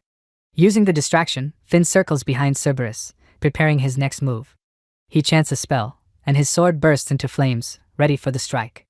Just as he's about to attack, one of Cerberus's heads notices him and lunges, but Noelia jumps in front of Finn, using her magic to hold the beast back. Seizing the opening, Finn rushes in close and drives his sword deep into Cerberus. The blade unleashes a torrent of fire magic from inside, burning the monster from within and causing massive damage. Finn and his sword are thrilled to see so many flames bursting out, but Cerberus lashes out, smashing Finn and sending him flying across the clearing. Noelia and Gawain shout out in worry as Cerberus turns its full attention toward Finn. He staggers to his feet, admitting that the hit was hard, but he can still move and grip his sword. He activates body enhancement magic, determined to put everything he has into his next attack. Gawain calls him a fool, reminding him that using body enhancement magic is life-threatening, while Noelia looks worried after hearing the warning. Cerberus charges at Finn, but he dodges and lands a powerful slash to one of its heads. Leaping into the air, he focuses all his strength on the base where the three necks connect and commands his sword to target that spot. Finn hurls his sword with all his might at the base of Cerberus's necks. The sword pierces deep, ignites with all its magic, and burns the monster from the inside out, unleashing a final, devastating attack. Finn collapses to the ground, exhausted but relieved, saying they actually did it, even if now, thanks to using body enhancement magic at full strength, he can't move a single muscle. His sword, meanwhile, chirps with excitement, proudly announcing that it absorbed Cerberus's essence, and it tastes absolutely delicious. A moment later, Noelia and Gawain rush over, overjoyed to see Finn alive. Gawain tells Finn to eat something and recover his strength, insisting that Cerberus meat is surprisingly tasty. Finn, still catching his breath, asks if Cerberus is even safe to eat, sounding skeptical. Later that same day, Lloyd sits down with Finn to hear about what happened. Lloyd mentions that he's heard the sword Gawain forged for Finn is intelligent, and that Finn used it to defeat Cerberus. Finn confirms it's true. Lloyd then brings up the winged dragon in the stables and asks about it. Finn explains that he and Gawain caught it together, which only makes Lloyd more frustrated. Lloyd sighs heavily, scolding Finn for riding the winged dragon even after he'd warned him 3 times not to do anything reckless or frightening. Finn is confused at first, but then realizes Lloyd is talking about the dragon he and Gawain captured. Lloyd goes on, annoyed, saying he knew this would happen. Anyone who gets mixed up with Gawain always ends up causing trouble. Lloyd also warns that weapons with intelligence are strictly forbidden in the kingdom, so he can't simply allow Finn to keep it. But Noelia immediately interrupts, reminding Lloyd that Cerberus has powerful regeneration and is highly resistant to magic. They only managed to defeat it thanks to Finn's sword. Lloyd argues back, insisting that swords don't need intelligence. He says if a weapons will ever drives its wielder mad, nobody would be able to stop it, and that's exactly why such weapons are forbidden. Noelia disagrees. She firmly insists that Finn's sword won't go berserk. She's watched it in action and seen firsthand that it's completely obedient to Finn. The sword not only casts magic on its own, but also acts as a true magic sword, channeling Finn's power. Noelia explains that none of this would be possible without Finn's unique magic power. No ordinary person could wield a blade like this. Lloyd struggles to understand, but Noelia clearly states that this sword can cast its own spells and infuse itself with magic, all because of Finn. Finn backs her up and tells Lloyd how, when he struck Cerberus, the sword's flames seared the monster's flesh, preventing it from healing and allowing them to kill it. Lloyd admits it's hard to believe that a sword killed a Cerberus, but if what Finn says is true, it only proves how dangerous a magic sword like this really is. Just then, the sword itself lets out a loud yawn and starts speaking, asking where they are. Lloyd goes silent as the reality sets in. The sword is actually talking. Finn calmly confirms that the sword can speak, right in front of him. Lloyd's frustration finally boils over, and he calls Gawain a complete idiot for creating such an outrageous sword. The sword immediately chimes in, asking if Lloyd is calling it outrageous. Lloyd, still glaring, says yes, he's heard that this sword can cast magic all on its own, and he wants to know if it's true. The sword answers eagerly, confirming that it can indeed cast spells by itself, and then explains that it learned this ability by absorbing the essence of monsters. It even adds that Cerberus was especially delicious, its voice brimming with pride. The sword continues, saying that after defeating Cerberus, it unlocked around 10 new spells, everything from fire and poison to lightning and other attributes. Finn listens, shocked at just how quickly the sword is growing. He realizes that all these new abilities must be traits absorbed directly from Cerberus. The sword admits that, while it's still not as strong as its master, it feels certain it will keep getting stronger the more it's used in battle. Lloyd, still a little stunned, walks over to the window and comments that the sword is remarkably well spoken for a weapon. Without turning around, he tells Finn that if he's going to keep the sword, he should give it a proper name. That's all Lloyd has to say. He leaves the room, clearly too exasperated to argue further. Finn turns to Noelia, asking if this means her father has finally accepted the sword. She nods, saying she thinks so, though she still looks a little surprised by the whole conversation. As Finn stands there, lost in thought about what to name the sword, it quietly speaks up, telling him that it would be happiest if its master was the one to choose its name. After thinking it over, Finn suggests Dare, and the sword immediately responds with enthusiasm, happily accepting its new name. Finn lifts the sword high and declares its new name, Dare. He promises the sword that they'll keep working together from now on. Dare glows with excitement, repeating its name proudly. Meanwhile, in her room, Noelia sits quietly, still processing everything that happened. She can hardly believe her father actually approved both the winged dragon and the intelligent sword. She murmurs to herself that Finn really is incredibly lucky. Glancing at a photo of her mother on the table, Noelia quietly reflects that Finn might even surpass her father, who is widely regarded as a hero throughout the kingdom. Especially when it comes to magic, Finn's talent could be considered one of the best in a century. His innate gifts are extraordinary, yet he always stays humble and kind to everyone. She thinks about how he even managed to capture a winged dragon that large, and her admiration for him only deepens. With tears brimming in her eyes, Noelia wishes she could confess how deeply she loves him. Just as she's lost in those feelings, her maid suddenly opens the door, startling her. The maid announces that Noelia should start getting ready, since Finn will be coming soon. In a hurry, Noelia quickly hides Finn's robe, scolding her maid for not knocking. The maid assures her that she did knock 3 times, but since there was no answer, she let herself in. The maid tells Noelia it's time to wash Master Flick's robe and return it to him, causing Noelia's face to flush with embarrassment. She begs her maid to keep this a secret, and the maid promises she will. As she helps Noelia get ready, the maid remarks that it's been 20 years since she became her attendant, and she never imagined that someone as dedicated to magic as Noelia would one day fall in love. Noelia quickly tries to deny her feelings, insisting she doesn't think of Finn that way. But her maid isn't convinced. She tells Noelia bluntly that she'll never win Finn over if she stays so timid. The maid urges her to take this opportunity, get dressed up, and show Finn a different side of herself. She explains that's why she asked the Lord to celebrate the defeat of Cerberus, hoping it would give Noelia the perfect chance. Noelia mutters that she doesn't know how to do it without making Finn uncomfortable. She worries about how to be close to him without making him hate her. She admits in a whisper that she really loves him, more than she's ever felt before, and it's frustrating to be swept up in these emotions, not knowing what to do next. Her maid gently wipes away her tears and tells her that she's found a wonderful love, promising to do everything she can to help Noelia's feelings reach Finn. With that, she encourages Noelia to get ready. That evening, Finn sits at the dinner table, feeling more nervous than usual. Noelia pours him a drink and he thanks her, but as he looks at her, he's struck by how easy it is to forget she's the daughter of a frontier count. Lloyd, noticing the mood, coughs and comments that Noelia seems a bit overdressed for the occasion. He then nudges Gawain to say something too. Gawain, ever blunt, tells Lloyd he's being tactless, pointing out that Noelia put a lot of effort into her appearance, especially pushing up her chest. Before he can say anything more embarrassing, Noelia swiftly uses silence magic to shut both her father and Gawain up, turning the room quiet in an instant. Suddenly, a new voice cuts through the silence, complimenting Noelia on how much her magic has improved. Noelia immediately recognizes the voice. It's her master, Linus, the famed sage of wisdom. He explains that he received a letter from Suzanne early that morning, letting him know Noelia had taken on a disciple, so he decided to visit in person. Finn quickly stands up, apologizing for the late greeting and formally introducing himself, respectfully calling Linus the Sage of Wisdom. Linus approaches with a friendly smile, shaking Finn's hand. He mentions that he's already heard quite a bit about Finn from Noelia's reports, then turns to Noelia and teasingly says that her new disciple is quite the handsome lad, praising her for choosing so well. Noelia blushes at the compliment, clearly flustered. Linus tells Finn that if he's Noelia's apprentice, then by extension, he's also Linus's grand disciple, so there's no need for any formalities between them. At last, Gawain manages to break through the silence magic and pipes up, saying that Finn is an interesting kid. He actually managed to master Gawain's physical enhancement magic. Linus laughs and admits he never thought anyone would actually pick up that wacky technique. Gawain agrees, adding that not even Noelia could master it, so he'd pretty much given up on passing it down, until Finn came along and inherited it. But Lloyd quickly cuts in, warning everyone not to be too easy on Finn. He insists that the only thing he recognizes in Flick is his natural sword talent.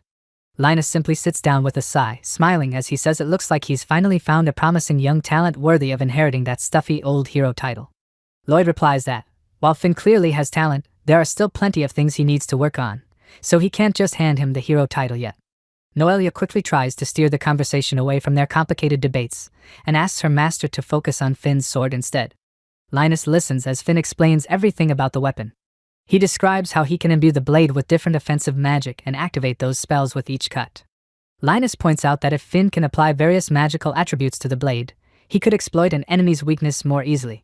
Still, he admits it's unusual to hear about a magician using a sword this way. Noelia agrees, saying it's exactly that combination, Gawain's and Linus's physical enhancement magic with Finn's magic sword, that could be a revolutionary discovery. She adds that she wants to continue studying this new magic together with Finn, which catches Lloyd off guard. He looks ready to stop her from getting further involved, but just then, a soldier bursts into the room. The soldier urgently reports that the Adventurers Guild has sighted an abyss walker-like creature in the demonic forests.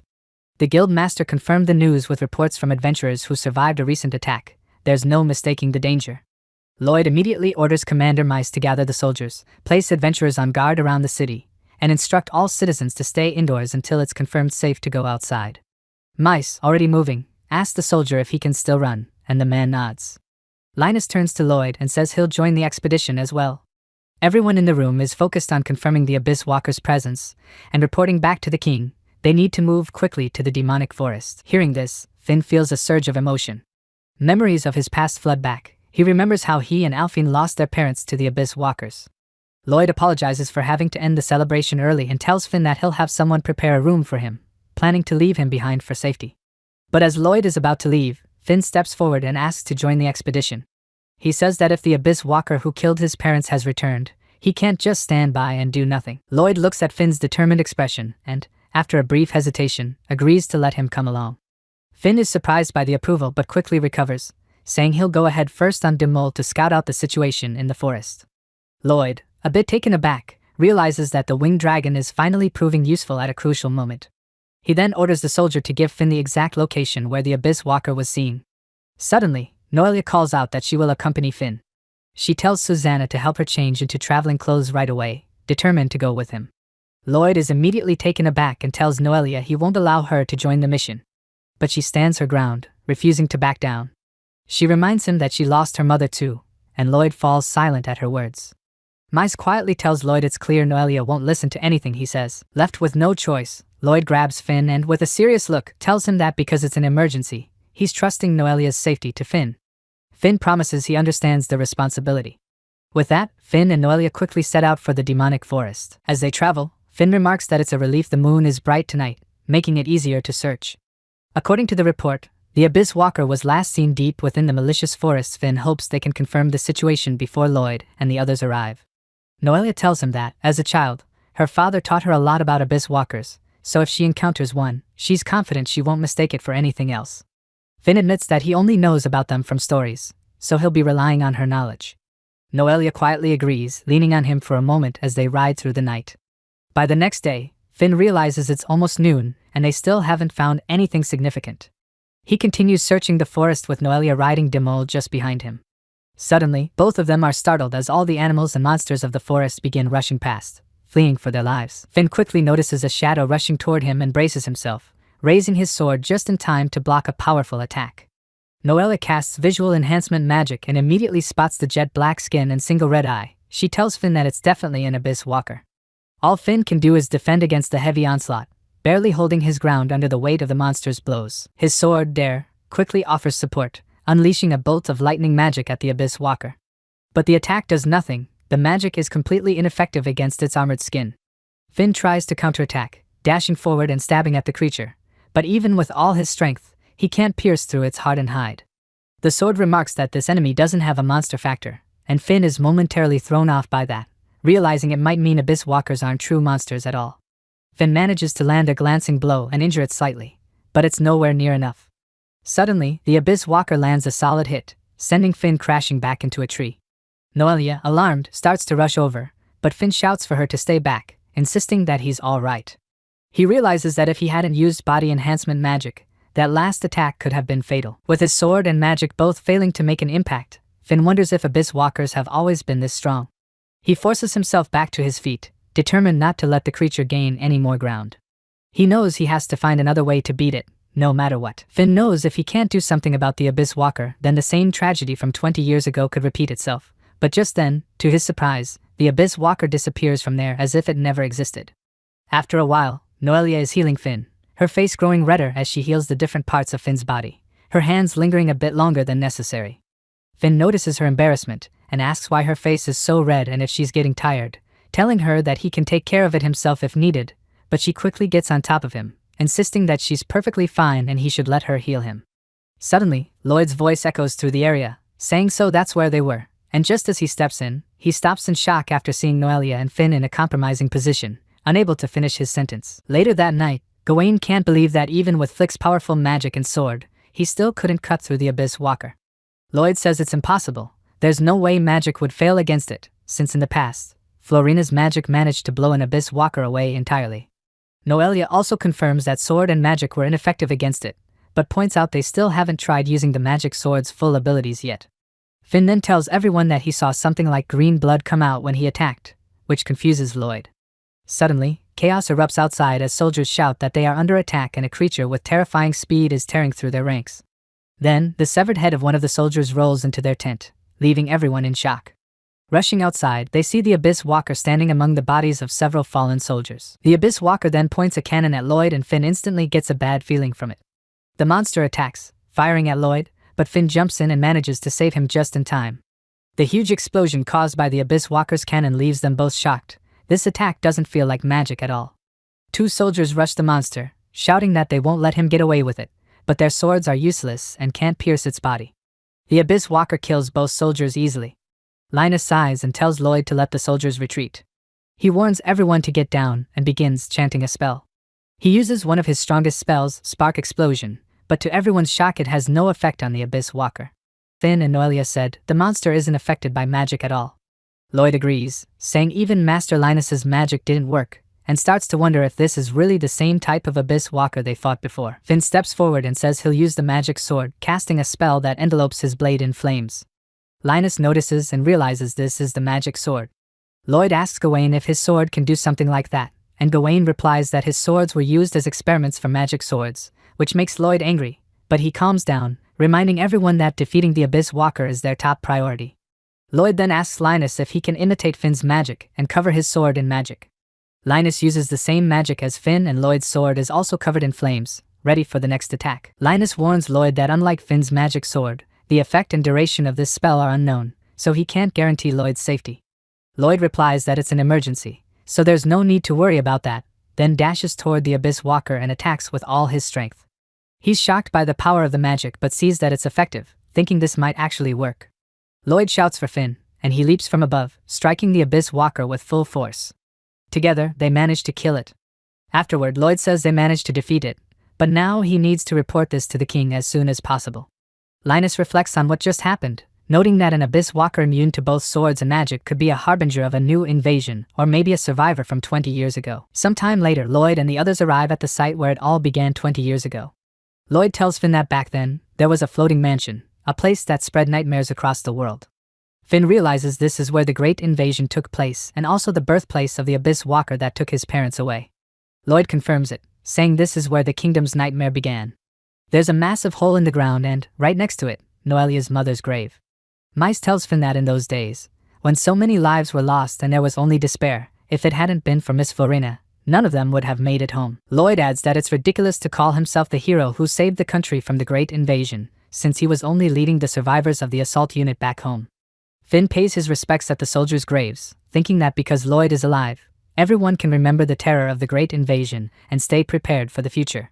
He quietly thanks the souls of the fallen, reflecting that his own generation has never lived through the invasion. They only know what the surviving adults have told them. Finn then turns to Lloyd and asks if he would allow him to learn more about the tragedy that happened during the Great Invasion. Lloyd nods, saying that soon, there will be even more things the younger generation must be ready to handle. Noelia adds that she wants to continue researching the Abyss Walkers and magic as well. Linus is pleased to hear this, saying with young people like them around, the future is in good hands.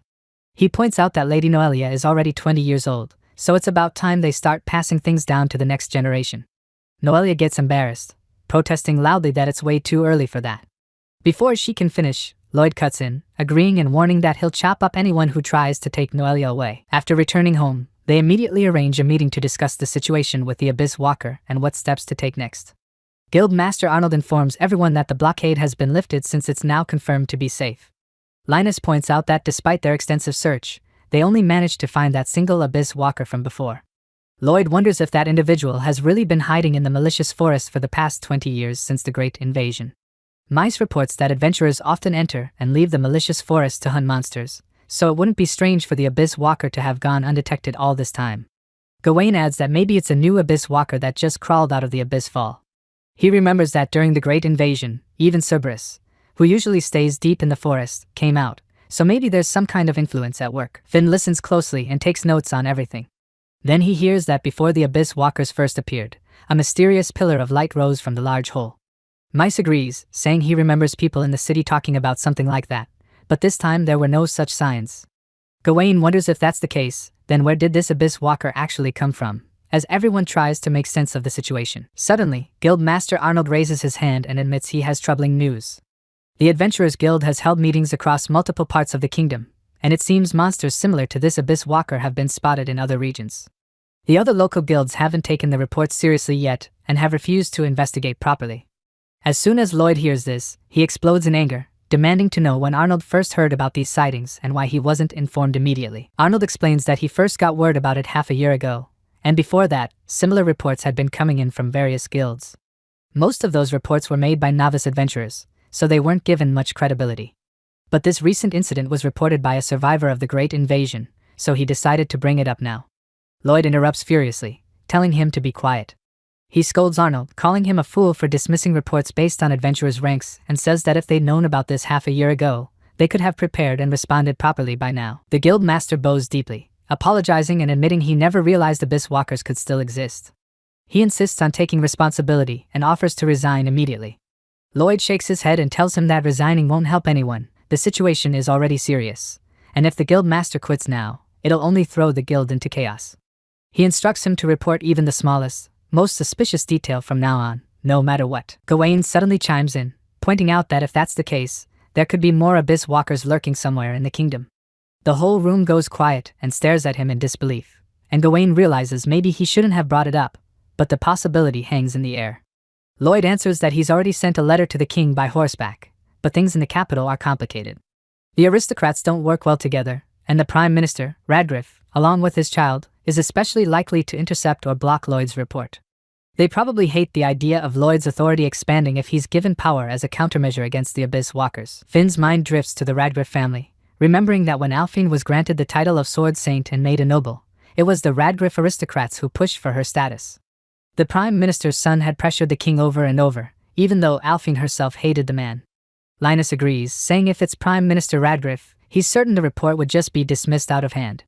He says he'd like to personally warn the king, but with the threat of the Abyss Walkers combined with the kingdom's constant power struggles, they risk the country plunging into war again. As the weight of the situation sinks in, everyone falls silent, realizing just how complicated and dangerous things have become. Gawain shakes his head, frustrated by the kingdom's indecisiveness. He mutters that the kingdom's useless. There's no choice but to mass-produce those intelligent weapons he's created. Lloyd snaps at him immediately, saying it's way too early for that. He insists that Dare's situation is still contained within their domain, and with his authority, he can cover it up for now. But Lloyd reminds everyone that creating intelligent weapons is a national taboo, and mass production absolutely needs the kingdom's approval. Noelia, busy scribbling down everything in her notes, speaks up. She agrees that the kingdom's rules matter, but she points out that the only real weapon against an Abyss Walker is a magic sword. If they wait for the slow approval process, the whole country could fall before anything gets done. Gawain, thinking it over, says if intellectualization isn't permitted, then he'll just come up with a new way to enclose magic into the sword itself. Everyone is caught off guard by this. He's confident that if he can work out a technique to wrap magic around a blade, they might be able to recreate the same effect as Linus's flaming sword. He turns to Finn and asks him to bring Dare over. Finn rushes out and comes back quickly with the sword in hand. Dare, still sleepy, yawns and asks what's going on. Gawain immediately starts his explanation, telling the sword that it's actually a magic stone and that he's beginning to understand a bit more about the source of Dare's abilities. If his experiments go well, they should be able to forge new swords with the same effect as Linus's flame weapon, without crossing the line into forbidden territory. Linus points out that if Gawain manages to complete his new sword, it could be their best bet, especially if the kingdom doesn't act in time. Lloyd agrees, noting that there's no law against forging swords, so he gives Gawain official approval to use the necessary funds. Gawain immediately requests a workshop inside the mansion, which annoys Lloyd, but he gives in and tells him not to cause trouble this time. A little later, Finn visits the guild reception. The receptionist asks if he wants to send his reward money anonymously to the orphanage again. Finn nods, explaining that since he'll be traveling for a while, he wants to send it all just in case. The receptionist brings up the investigation into the new Abyss Walker species and the special request to create new magic. Finn says the request came directly from the Marquis and Linus, and admits he never expected to use his powers for something that could actually protect people. The receptionist assures him that this kind of job couldn't be done without his skills and magic. She trusts him completely. Finn remembers how Lloyd told him he's aware of the danger and promised a proper reward for his efforts. He also recalls Noelia insisting on joining him as a recorder for his new magic. Lloyd protested, but Noelia immediately shut him up with magic and got approval from Linus instead. She explained that her father wanted her to go along and take care of Finn, and Linus even praised Lloyd for finally acting like a responsible parent. Finn noticed from Lloyd's face that he never actually said those things. Back in the present, Finn confirms to the receptionist that Lloyd finally agreed, though Miss Susanna will also be joining them. The receptionist is glad, saying that since Noelia and Susanna are practically sisters, Susanna will be a huge help on their trip. She wishes Finn luck on his journey. Stepping outside to wait for Noelia, Finn gets distracted when a boy runs into him, apologizing for not paying attention.